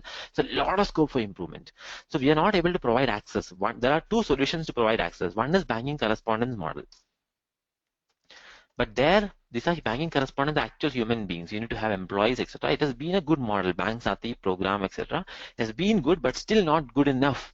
We want to achieve great things, and this is not going to be enough. So now government is saying, economic survey is saying, let us, instead of banking correspondent, let us substitute with mobiles or mobile banking. So now, what role the banking correspondent used to do? Getting money from here to here, taking money from here to here, opening new accounts, etc. Let's do it through mobiles is what what economic survey is saying, or let us do it through technology. It is not just mobiles. There are also do-it-yourself kiosks, etc., which is being opened. Again, tablet students, there's a complete chapter on this in the tablet. You can go and revise that chapter if you want about banking correspondent, how the Bank Sati scheme works. All those aspects are covered in great detail. So India's mobile penetration turns out to be very strong. Only in a couple of states, less than 60% coverage is there, which means we should use our mobiles to provide access. So we have an identification problem which Aadhaar is solving. We have a transfer problem which Jan Dhan Yojana is solving, and we have an access problem which mobiles can be used for solving or technology can be used for solving. So if you look at banking correspondent density, very low density. If you look at population density of banking correspondent, people per banking correspondent, again very low in lot of areas. Only some areas it's positive. But the moment you transition to mobile, and how do you use mobile? You have to use mobile payments technology. So through mobile, you should be able to pay. So bank and person. Bank, 1,000 rupees came. The person can use his mobile to access the same 1,000 rupees. Now he wants to transact with somebody else, or he wants to buy something. He can pay through his mobile, it goes to his mobile. And basically when it goes to mobile, it goes to that person's account. So instead of money physically being transferred, electronically money is being transferred. Much more convenient to use. So we should be using the M in JAM. So the tough part and the crucial component of JAM is the M. So if you look at the mobile coverage, you can see very good pictures. It's coming out to be mostly green. First time we're seeing such a green map of India. So it's turning out to be a good green map, which is useful, which is encouraging and positive for us. The black areas, don't worry, it's because of lack of that data. It's not that those areas don't have mobile coverage, etc. So overall, what is the weakest link? First of all, let's see the strongest link. Strongest link is the Aadhaar link. The next most strong link is the Jandan link. And the weakest link is the Access link, which is now being corrected through mobile. But what we can actually say is very soon the mobiles will become the strongest link and the Jandan could become the weakest link. So we have to, currently the bank beneficiary connection is it's the weakest link. We have to strengthen it very fast. But because technology is utilized there, we can easily strengthen it very fast. So Jandan Yojana, anyway, government is going at record setting pace. We can't ask them to go at more than a record setting pace. So let's be happy with that, but let's hope for more progress there as well. So even the banking correspondence space is being improved because some people might be technology challenged. So we still have to provide banking correspondence service as well. Now let's look at the types of JAM. So JAM has been used in a number of government programs. MG Narega and LPG are the two famous ones. So here I've given, economic survey has given you a list of important areas. So here prelims questions can come. Among the following programs, which of the following has been areas where JAM has been implemented? So it might give 3 of this and something else altogether. So you should be knowing which are the areas where it is being implemented. Now the first type of JAM economic survey discusses in great detail is a DBT, direct benefit transfer in LPG. So how did LPG work? Earlier there was a shopkeeper here, you are here, you used to go to shop and you used to pay 450 rupees or 400 rupees for a 1000 rupee cylinder. The rest 600 rupees government used to give to the shopkeeper. So overall you get your cylinder for 400 rupees. Under DBT scheme, what will happen is that the same person will be there. He will go and pay 1000 rupees to the shopkeeper. Government will give him the 600 rupees as subsidy. So instead of government giving to shopkeeper, government is giving to him. Now earlier, why did we go for government giving shopkeeper? Because at that time there was no way to reach out to every single person and give him 600 rupees each. It would have been so difficult to do. But now it is possible because technology allows the government to interact individually with people. So direct benefit transfer is possible. Now one problem here was that the LPG cylinders was only available at a subsidy for commercial establishments. It was not available, only for households. So what used to happen is that people used to create fake accounts, etc., get extra LPGs and sell it in the black market. This is called the one product, one price principle. Please remember this principle. If one product, one price is not matched, it means same product is being sold at different prices in different markets. What will happen is people will go buy from one market and try to sell in the other market. So this used to happen, ghost beneficiary used to happen, black market used to happen. So even under DBT, we will be able to eliminate a lot of ghost beneficiaries, etc. We will be able to give people directly. Leakage also will be solved. But unless one product, one price principle is eliminated, we'll still have black market. So that is something that should be concerned about. And economic survey highlights this. Overall, if you want to have some figures, this is a good figure to by heart. DBT has given us is estimated to give us a saving of 12,700 crore, which is going to be a good amount. And within 3 days, normally they get their subsidy credited to their bank account. So some numbers you might want to remember. Now, economic survey has a box 3.1 talking about why government should use JAM for its bread and butter functions. So just like poor households relying on government for money, local government rely on government for transfer of money. Businesses rely on government for transfer of payment in projects. Government employees rely on government for transfer of salaries. So wherever transfer is required, same problems happen. Identification issue, transfer issue, access issue. So the learning from DBT can be now applied for all these areas is what the government says. So you can reduce delay, leakage, etc. And here government introduces the MG and Narega scheme and how fund flow used to happen. Earlier fund flow used to happen center to state to district to block to panchayat. So at every point leakage can happen. At every point people have to ask the previous guy, they have to sanction it. There was so many red tape. There's such a lot of friction used to be there. But now if we can directly give from center to panchayat, like in this diagram here, then we can reduce leakages a lot. So please read through this table. It's the same system what we just discussed, but you might get some nice figures also. Now, economic survey says old system had a few problems. First is the problem of float. Float means in some areas, economics government is sanctioning some money, but that money is not being utilized. But government has to pay interest on that money because it's borrowed money. So this causes idle funds accruing interest. So interest cost increases, so that is called float. Second is leakages. Multiple layers at every level leakage happens. Third is misallocation. One department you send money, another department you send money. One department finish it off, other department has excess money. Now this department which actually needs money is not getting money. Department which doesn't have need money is having extra money. So this misallocation can also be solved, because under DBT everything will become real time if you remember, and real time transfer means no misallocation will happen. Resource intensity means at every stage they have to work so hard to get sanctions and red tape and documentation. All those burdens, administrative stuff can be avoided under DBT. So overall, economic survey recommends let the government start using DBT for its own things like paying salary, all these areas. Let the government start using Aadhaar, Jandan, mobile, or in general just identification, bank and mobile. Now, what this will require is that you have to bring in a lot of IT systems and stronger coordination. But if you do that, there'll be a lot of gains to be had. Now, next question that comes is where next to spread jam?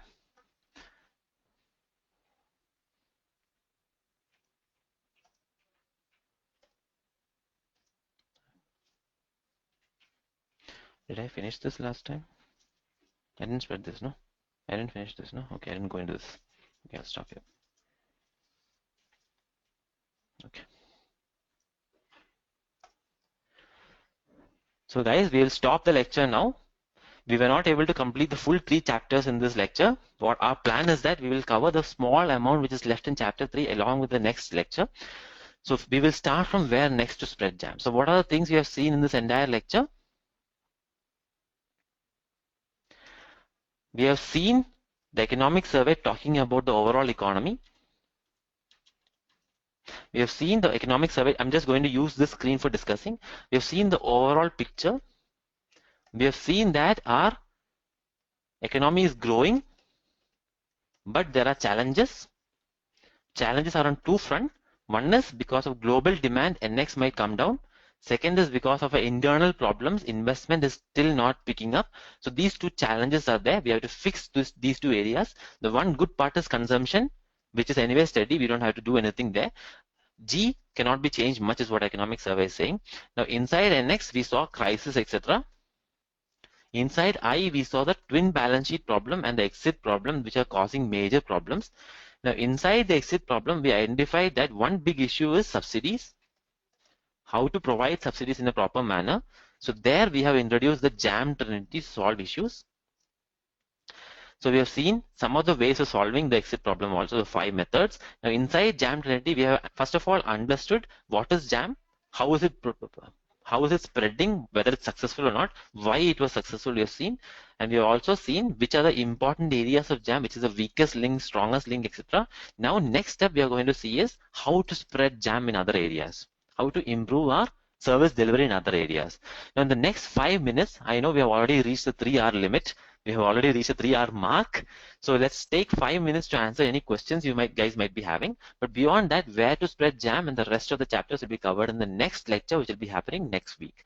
Thanks a lot for listening. Please ask your questions. I'll be giving you 5 minutes for this. Only the major questions will be answered here. Rest of them we'll be answering later.